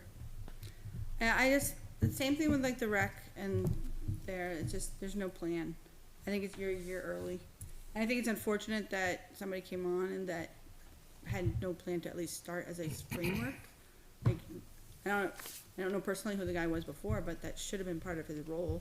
I So- think there was one, it just needs to be updated, right? Like, they're a small In department. which case, then servers Like- probably shouldn't have been a surprise. So, realistically, I can't see how it's like, oh no, tomorrow I need a $45,000 server. How did we not see that coming? Right. So, You're not wrong. You're not so wrong. the reality is, to me, I'm not ready to support this because I don't know what I'm supporting. Mr. Taylor, question? Yes, sir. Paul, is what he said? Oh, did you call the question? I thought he actually had a question. You're calling the No, question. call the question, please. All right, roll call vote on Article 8. Mr. Olson, No. Mr. Cutter, Yes. Mr. Brunel, Yes. Ms. Douglas. No. I am a no. Mr. LaPlante, no. Mr. Barker, Yes. Mr. Burke, No. Chairman Sun. Last vote of the night, make it a good one. Nice and enthusiastic. I am a no. I I guess you can't be enthusiastic about it. All right, that one is not recommended, 3-6. Thank you. And that, before 10 o'clock, concludes all of our warrant article voting. Thank you both very much for your time and patience. Thank you. Realize that this is probably one of the more painful nights of the entire budget process, but do appreciate it. It's fine, actually. I don't know, I mean, you gotta sit there and listen to us for many hours, I don't know about Then I that. do feel bad. I would say next time maybe he has you be like, hey, well, you be like Dunks or something. All right, we're ready in 20 minutes. It never really works out very well. No, but I'm sure, or you give it a Campbell doing paperwork, like, all right, in about 45, half an hour, we're ready for you. All right, we'll bring clipboards, you can just sit there and do your stuff. Thank you, Ryan, thank you, Julie. Can I give you your office? All right. Thank you. Mr. Cutter, is there anything else in terms of, school business? Not for tonight, no. We're gonna move to member input, new business. Does anybody have any member input, new business? I Make do, something but up this, if you want, just say what's so. that? I'll make something up if you want, just. Well, no, I've got something, but I'm opening No, up I'm- to see, is there anybody else that has anything as far as member I input? wanted to bring something up, and Yes, please. I'd like, Andrew can like chime in on this if he wants, because he did it last night at the, school board meeting, and I brought it up once before, that I think we should have limitation on the amount of time that we allow the public individual to speak. Carrie, it's not a matter of, I don't wanna hear an individual from town speak. We have It's- one person here. Who, what, why? It's one thing we have a whole room full of people. Carrie, sometimes it's that one individual who continues asking the same questions or making the same statements over and over and over and over again. And Okay. I understand. allowing someone 3 minutes of time, and that's what the school, they have a policy, they I allow. don't like that one either. What you're gonna find most boards across the country, that's what they do. Well, And I've I- said that before. All I'm saying is, So take a vote on it and see. Well, we what you- did. So don't forget, we did take a vote on restricting the time limit. I was the one that actually made the motion. And I think it was like a month or two ago, and it Yep. was denied. So the reality is. I'm not even making a motion right now. No, okay, fine, but my opinion here is we are going to encounter people we don't agree with. They live in town. It's not a matter of agreeing or not They agreeing. have an It's just a opinion. matter of like having them get to their point, say what they wanna say, and be done with it. We're here, it's 10 o'clock. All right? Mm-hmm. So it's, how many times, can the same person say the same thing over and over? Shall we, how many times do we have to ask if a meeting has to be at 6 o'clock? We still enter, we still smile and If it are was polite 6 about o'clock, it. it'd be 9 o'clock right now. So the reality is, you're entitled to your opinion, but we should respect the people in this town. If he It's wants. not a matter of respecting and not respecting, Carrie. It's a matter of them respecting our time also. All right, so And- I'll just tell you, my opinion, I would be willing to listen to them for however long they need. They took the time to come here, get their points and did their research. I may not agree with everything he says, but you know what? I can sit here and listen and respect that he's willing to come here.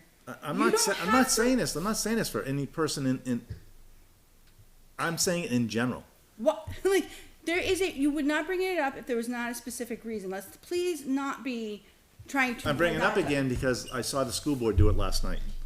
And I'm also bringing it up because I went to a CIP meeting the other day because of this individual, wanted to bring up the same information again because he went to the select board because he couldn't make a meeting. So the select board said, go back, and then the CIP has to reopen the process If for the same thing over and over and over again. So if you're becoming frustrating, there are things we can do. Yeah. There Put a are- limit on how much time they can speak. We can consider whether or not this is the place for us. My recommendation is we revisit it when it's time for the new board and the Yep. new bylaws. Well, that's what I thought, and that's why I just Bring that wanted to vote put it up out there. again. And I- Like I said, I do just want to make sure Yeah. that it's historic, that we did actually bring it to a vote No, this I year. know. And it was declined. And so I just want to ask Andrew, what is your thought on it? Because you do have a policy on it, We do. and you utilized that last evening. I did. Yep. Yep. Yeah. I mean, look, I think there's a time and place for it, right? I agree with Kerry to an extent here, right? I would love to give the community as much time as possible to speak, right? But when we continue to hear the same information over and over again, it's frustrating to be able to have to continually to respond with that same information, right? And just tonight, right, the budget committee was presented public comment, but it was really school board focused, Yep. right? It was school board focused, and we've addressed I this did allow as it a because school it board. was at That's least fine. related to the two articles, That's Article cool. I 1 mean, and Article 2, which and that's were all to right. be voted on. And But that's- I agree. I It's have understandable, been but the advocating. questions were asked directed towards the school, right? They were directed to school, and that's okay, right? And we have addressed, for this budget committee, we have addressed those questions many times. So I would consider, I've told people, there's not many things that you can't settle over a cup of coffee. So if it really bothers the members of the school board or the budget committee, you can encourage your chair to go out for a cup of coffee. That- Perhaps you can resolve it offline. That doesn't work. Have you tried? In fact, we have met up for a drink once, yes.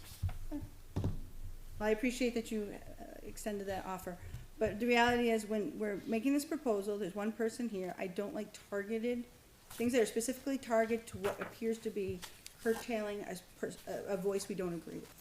So that's how it appears. So just to be clear, when I made that motion, that was also based on people in the previous year coming in, going off of budget items. Yep. And getting into. Talking about bringing school up board, things yep.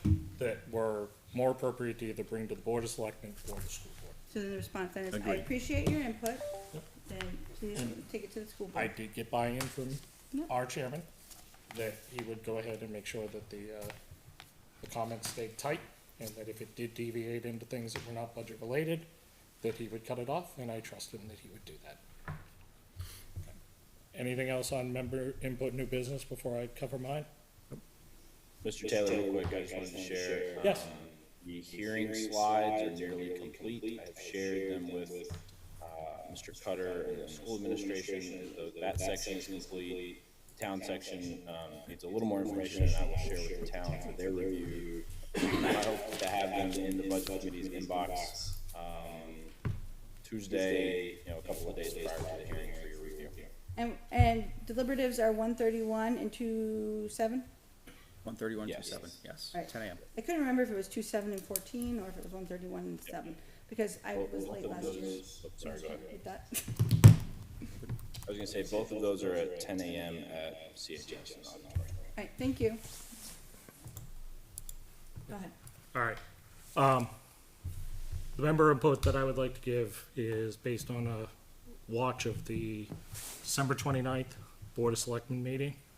And the timestamp was at 2 hours, 55 minutes and 25 seconds into it. Mr. Brunel, I have that you said, quote, I can't say I don't respond to the fire. Let it burn, like one of our budget members said one day. I Was would that like- me? I would- Yeah, Excuse me, can I I finish? was referring to you, yes. So, I would like to know if you could please, either now or in the future, let me know as far as who said that and when they said it. Carrie's have said it many times, well, at least one time I can recall at a budget meeting. What, that I said the fire, let it burn? Yeah. I said I've if grown I- up in a community where things burn, and so I think you have a choice. I think the comment you said was something about if my house is burning, let it burn, or if my neighbor's whatever. Yeah, if my house burns, let it burn. Yeah. I stand by Yeah, that's what that. she said, so. Okay, so here would just be my ask, and I'll just go ahead and say it to both of you as far as in your meetings. If you could just please not use a budget committee member said, because then it turns into, okay, well, Which one? who said it? I And always stick with people- context too. That's all, just. I actually thought I said Carrie. I may have said it quietly, If you though. are going to bring it up, just Because- please be specific as to who it By is. no means would I say burn the town down, because that's kind of what that sounds like. So let's at least keep it to context. The Carrie is not. So I'm looking to put It's time longer than restraints 4 on people minutes, so- speaking, you're looking to burn the town down. Okay, as long as we know what's what. It goes totally out of context. I appreciate. This is why I don't watch them, because I get. Home now? Yeah. Almost, have to open it up for more public input. almost. Hold on, we still have for member input, new business, I need an update on the school facilities. Nobody probably would have picked it up at the end and said it anyway. Who watches your meetings? Apparently Scott does, so there we go. I watched all 5 hours of that one. That was a long meeting, I don't even remember what happened. I mean, we've known each other long enough. I wouldn't have taken that personally. Jeez. School facilities? We haven't met, other than I read, and that says that we will be now looking somehow at tightening up GMS before next year. Okay. CIP, Yeah, we did meet. we had a special meeting because there was an individual who didn't agree on how the on-site report was spread out over 25 years or so. So the CIP presentation select board was sent back to the CIP to allow us to meet with that person and discuss what they thought should be in the CIP. We And don't think that built. at the end of the meeting, it's going back to the select board as how we wrote the CIP report. That's an interesting question, because like, if a fire truck lasts 20 years, or a roof lasts 30, why wouldn't we project out 30 years? Why would we? Why would we not? Because that's not how the CIP report works. Every 6 years. Oh, I can see what you're saying, all right, but you should still be stocking away 1/30th of that every, Not necessarily. well, for figuring, annualizing our costs, we would be. Everything has a different lifespan. You're not gonna start taking a third, whatever. Well, we'll go over how you should annualize your costs, don't worry. Oh, Jesus, okay. Well, you say whatever, I don't understand, I'm happy to show you what I'm talking about. No, you don't need to show me anything, Carrie. Perfect. No need. Discussion on capital improvement plan. That was it. So it's going back to the select board at their next meeting. All right. Public input, second session, public input is now open for anybody that wishes to speak. That's the first one. Visual routine, name, address, please, and then please go ahead and get started. Do I have more than 3 minutes? As long as it stays on point as far as budget-related items, absolutely. Well, just to make an observation, I actually would have asked these questions of the school board last night, but I got cut off at 3 minutes, so I didn't have a chance. Okay, but so Just to say that point, though, that That point. then doesn't mean that it comes to the budget committee to get more time. If it is, the comments that you made about Article 1 and 2, no problem with. But if there's All right, anything about here's- school policy, No. Okay. I understand. Yep. Thank you, appreciate it. I still have not had my question answered. I admit I send a lot of requests into Mr. Cutter, and he's been very responsive, I appreciate that side of it. But I would like to ask you, as a budget committee, can you explain, as I asked to begin with, the 1.4 million that was surplus, how was it addressed in the preparation of this year's budget? Where was it last year, the surplus, and why was it not deducted when you started to look at the default budget? I'd like to have you answer that question. Mr. Cutter says he sent me all the information. I haven't got anything that helps me understand that. 2 years ago. 2 years ago, So was last year and I explained this to you during at least more than one budget meeting. 2 years ago, they came out with 1.4 million left over. The next year, it's a default budget. Now we're rolling into this year. You seem to miss a year every single time you ask this question. Yeah, you do. You know what? Carrie can explain it to you. She knows finances. Go ahead, Carrie. So the 1.4 million has been spent, like, it has been allocated in certain ways. Oh, I Yes. understand. But No, wait a minute. what you're There's- saying, though, there are cost increases that have incurred since then. What's that? So yes, we could have said, at least I would have tried to pull out the 1.4, but you're not accounting for all the increases we saw as a result. The increase of, you're not just gonna lop off well, I guess you could lop off 1.4, but you're gonna add back in your increases.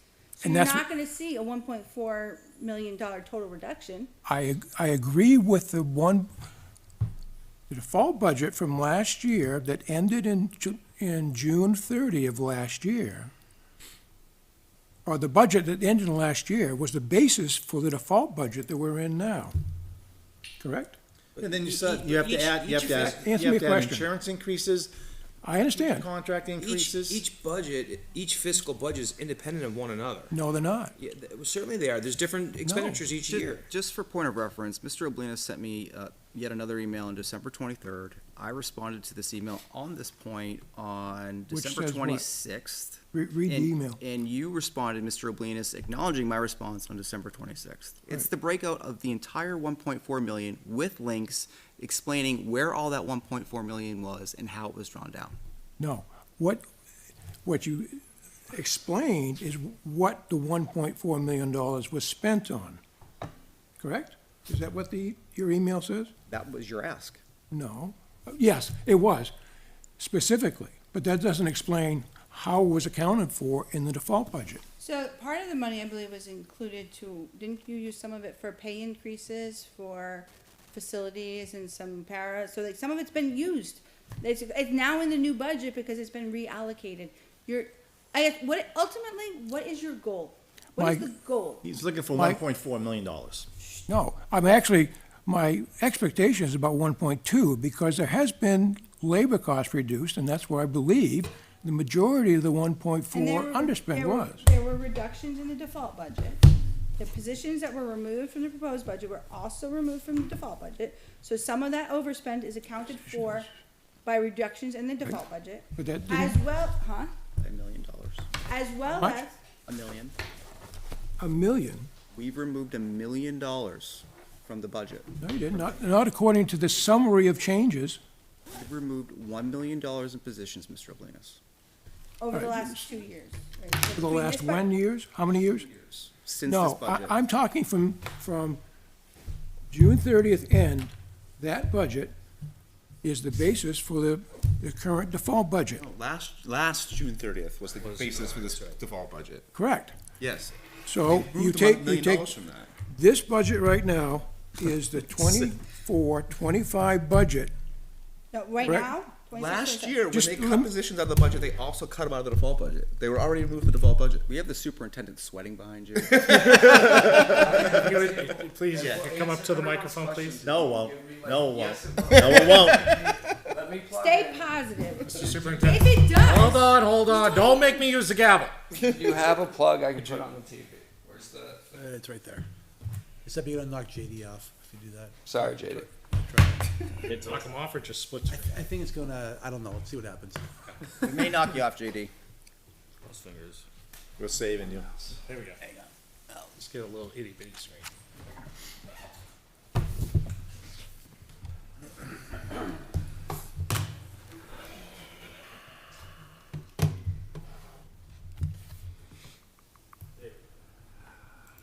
And you kept him. Thank you.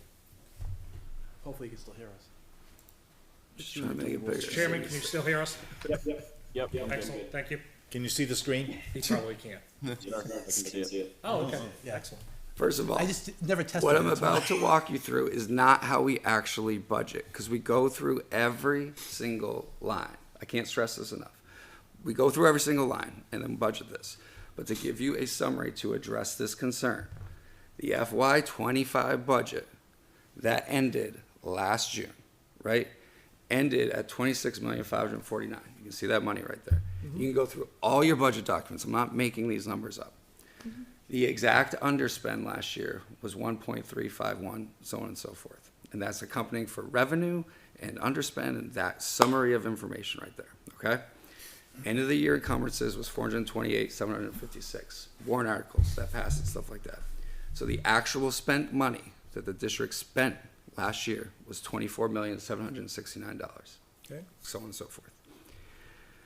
Since that budget, for 27, we're talking 2 years here, because 25 to 27 is 2 years. This doesn't even count Article 2. That's on our warrants here. Why were you doing 2 years? Because we're in 2 years away from the budget we just finished. 25 to 27. The budget we closed on June 30th was No, wait, FY25. okay. Yes, it is. Just a minute, what I'm trying to understand is that's the 24-25, right? Okay, now, that 24-25 was the basis for this year's default.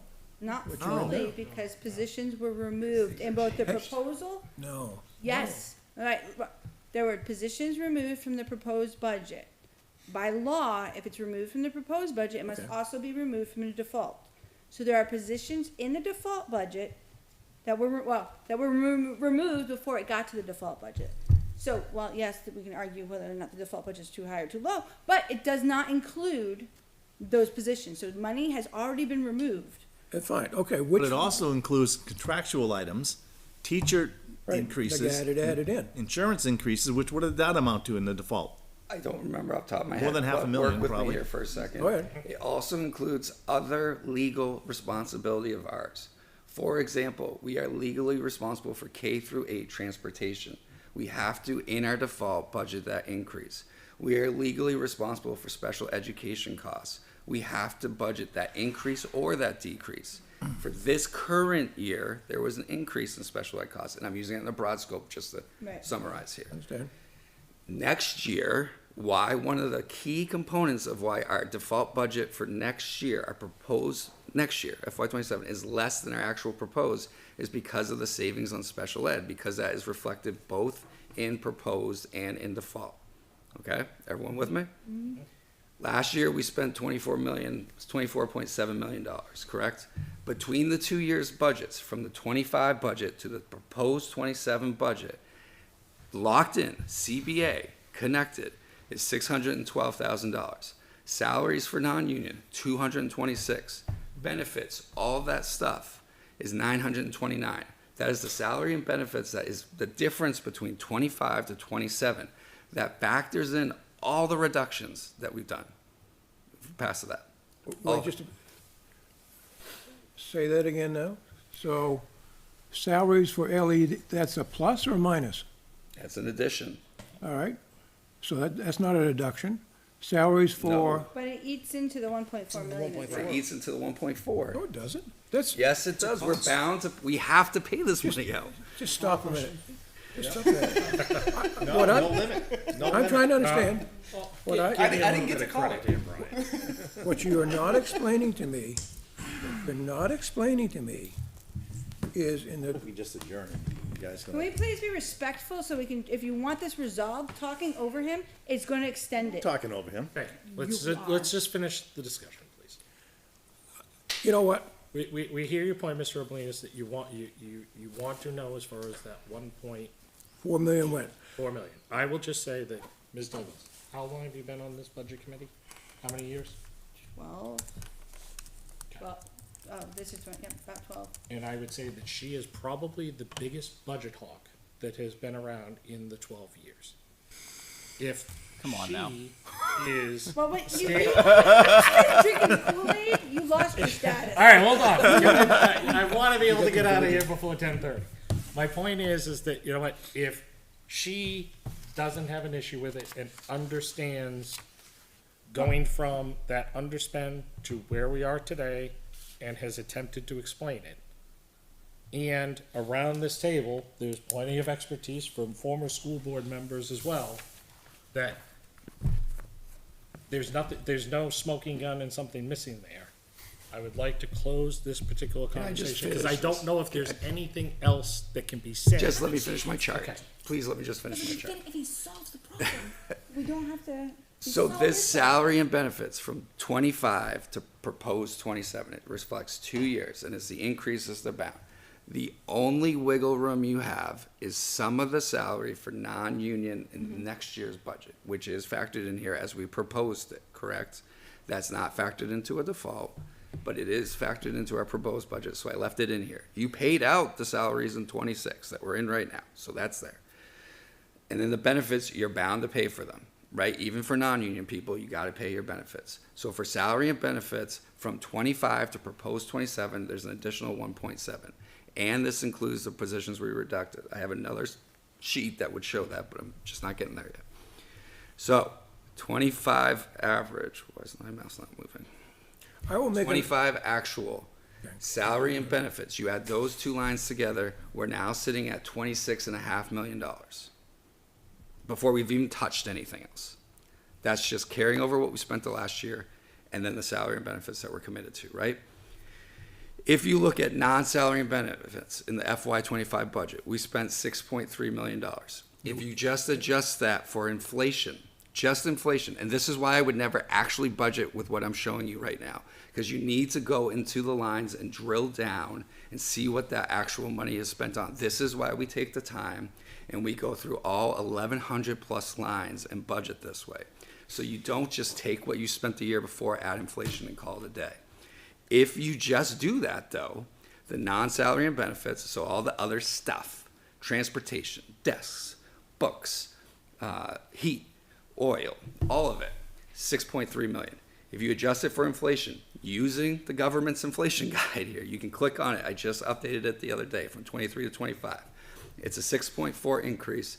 The inflation increase on the stuff is $406,000.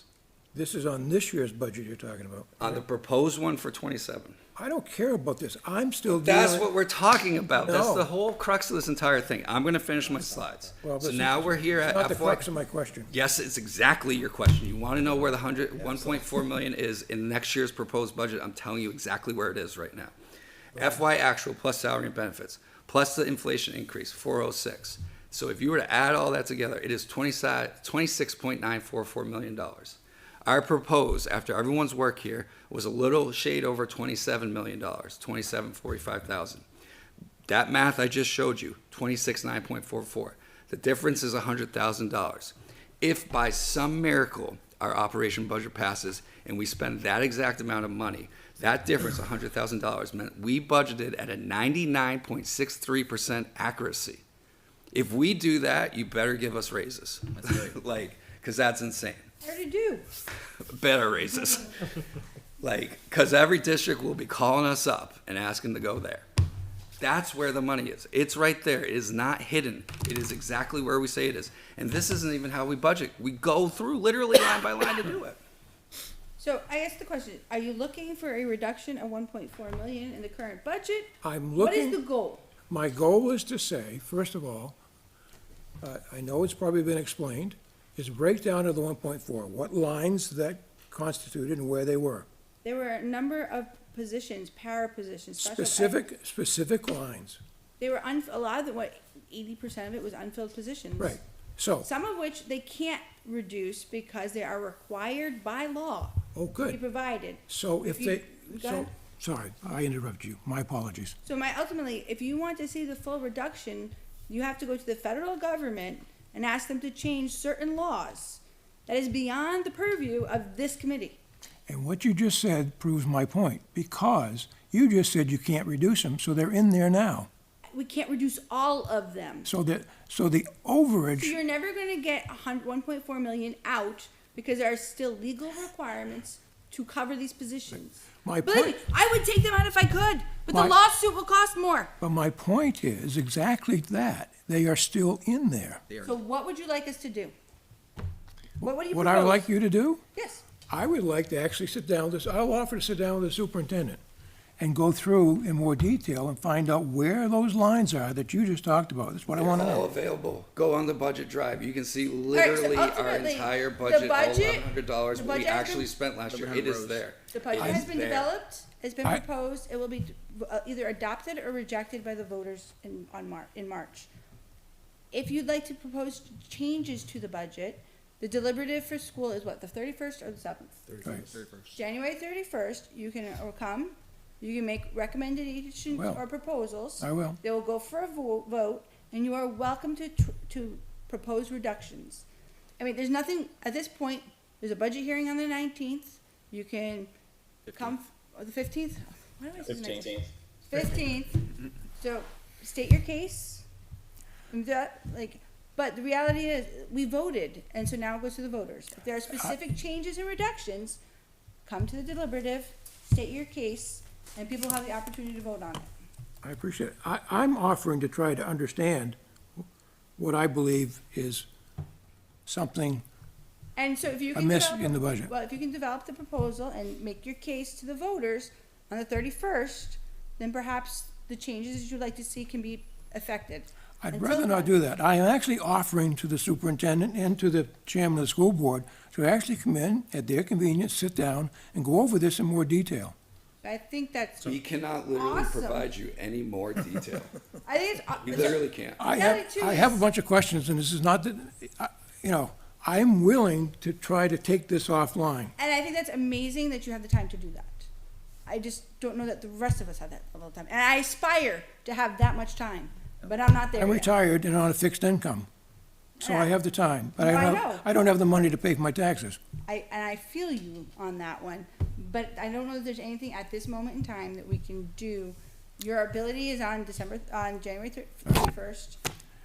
If you want to pre-print them and have them ready to go for it. So, and just to close on that point, because yes, that is That's the next only step. option as far as action. Mr. O'Connell, the budget information that is available to the public on the website is the same spreadsheet that we see that you can. right, Julie? It's all the same. Is Oh, no, that- there's is just that- one is that clarifying available? question I want. It shows, like the 2023 spend, 2024, 2025. Yeah, like So you you look can at, go through that's line what we by print line. out for you Or school guys is board what we website. put on. Okay, so you can go back and see, going back to either 2023 or 2024. Absolutely. You can see, then you can examine line by line, and if there is something that you see that is incorrectly spent, or what Andrew has used quite often is 3-year trends, by all means, bring those to Let me just say the this. January 31st meeting. I have spent hours and hours trying to understand the budget. The difficulty is you have a full-time, BA that does this. There is so many different nuances of this. There's the Fund 10, there's the special, comes in.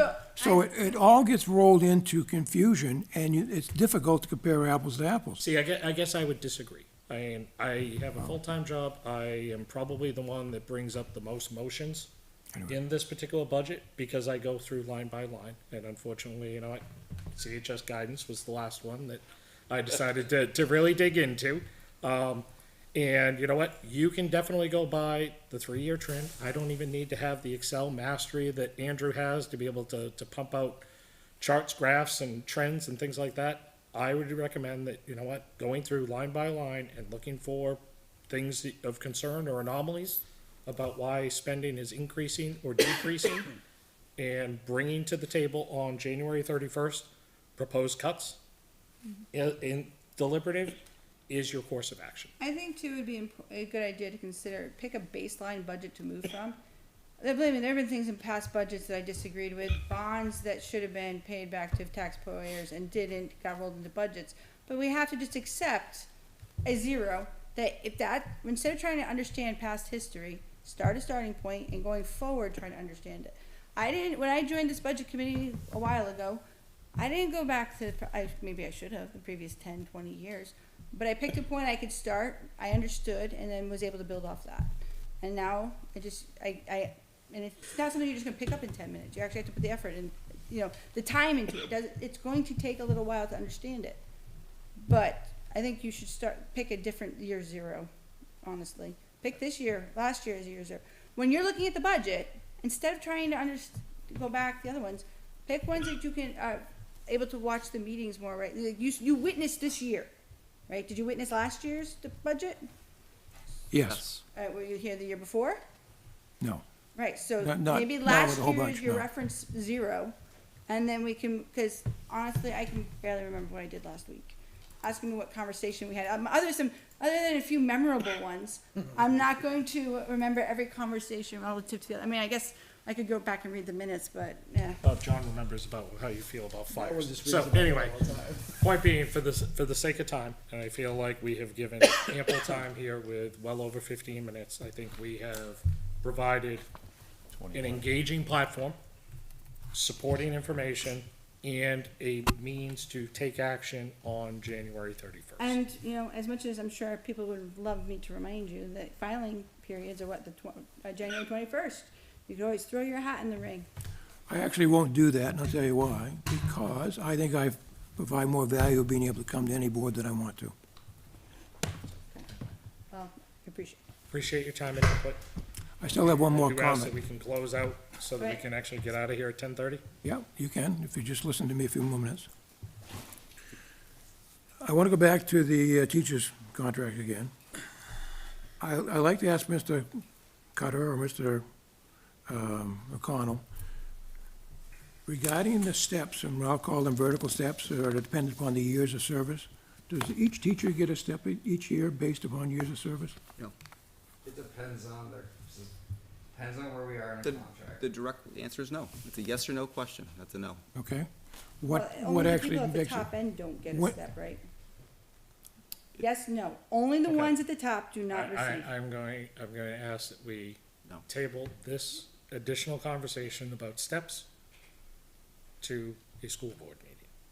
There's That is a contract, There's a financial impact, though. but we've already But still voted. We've already voted on the article. We've already supported it, and the next course of action would As be chair, you have that right. January I 31st. disagree with your statement. I understand. Okay, Is there Thank you. anything else budget related? Just so you know, I get people calling me, say, I watch the meetings to hear what you're saying. I would encourage you to bring them in, to, You know Numbers. why? You know why they don't come? Because how I get treated in all these meetings I get. I get thick skin. I've been in business, I've dealt with, things that are far more. make sure they vote on voting day. Yeah, That's vote. well, unfortunately, I know where they're gonna vote. Thank you for your time. Do I have a motion to adjourn? So made.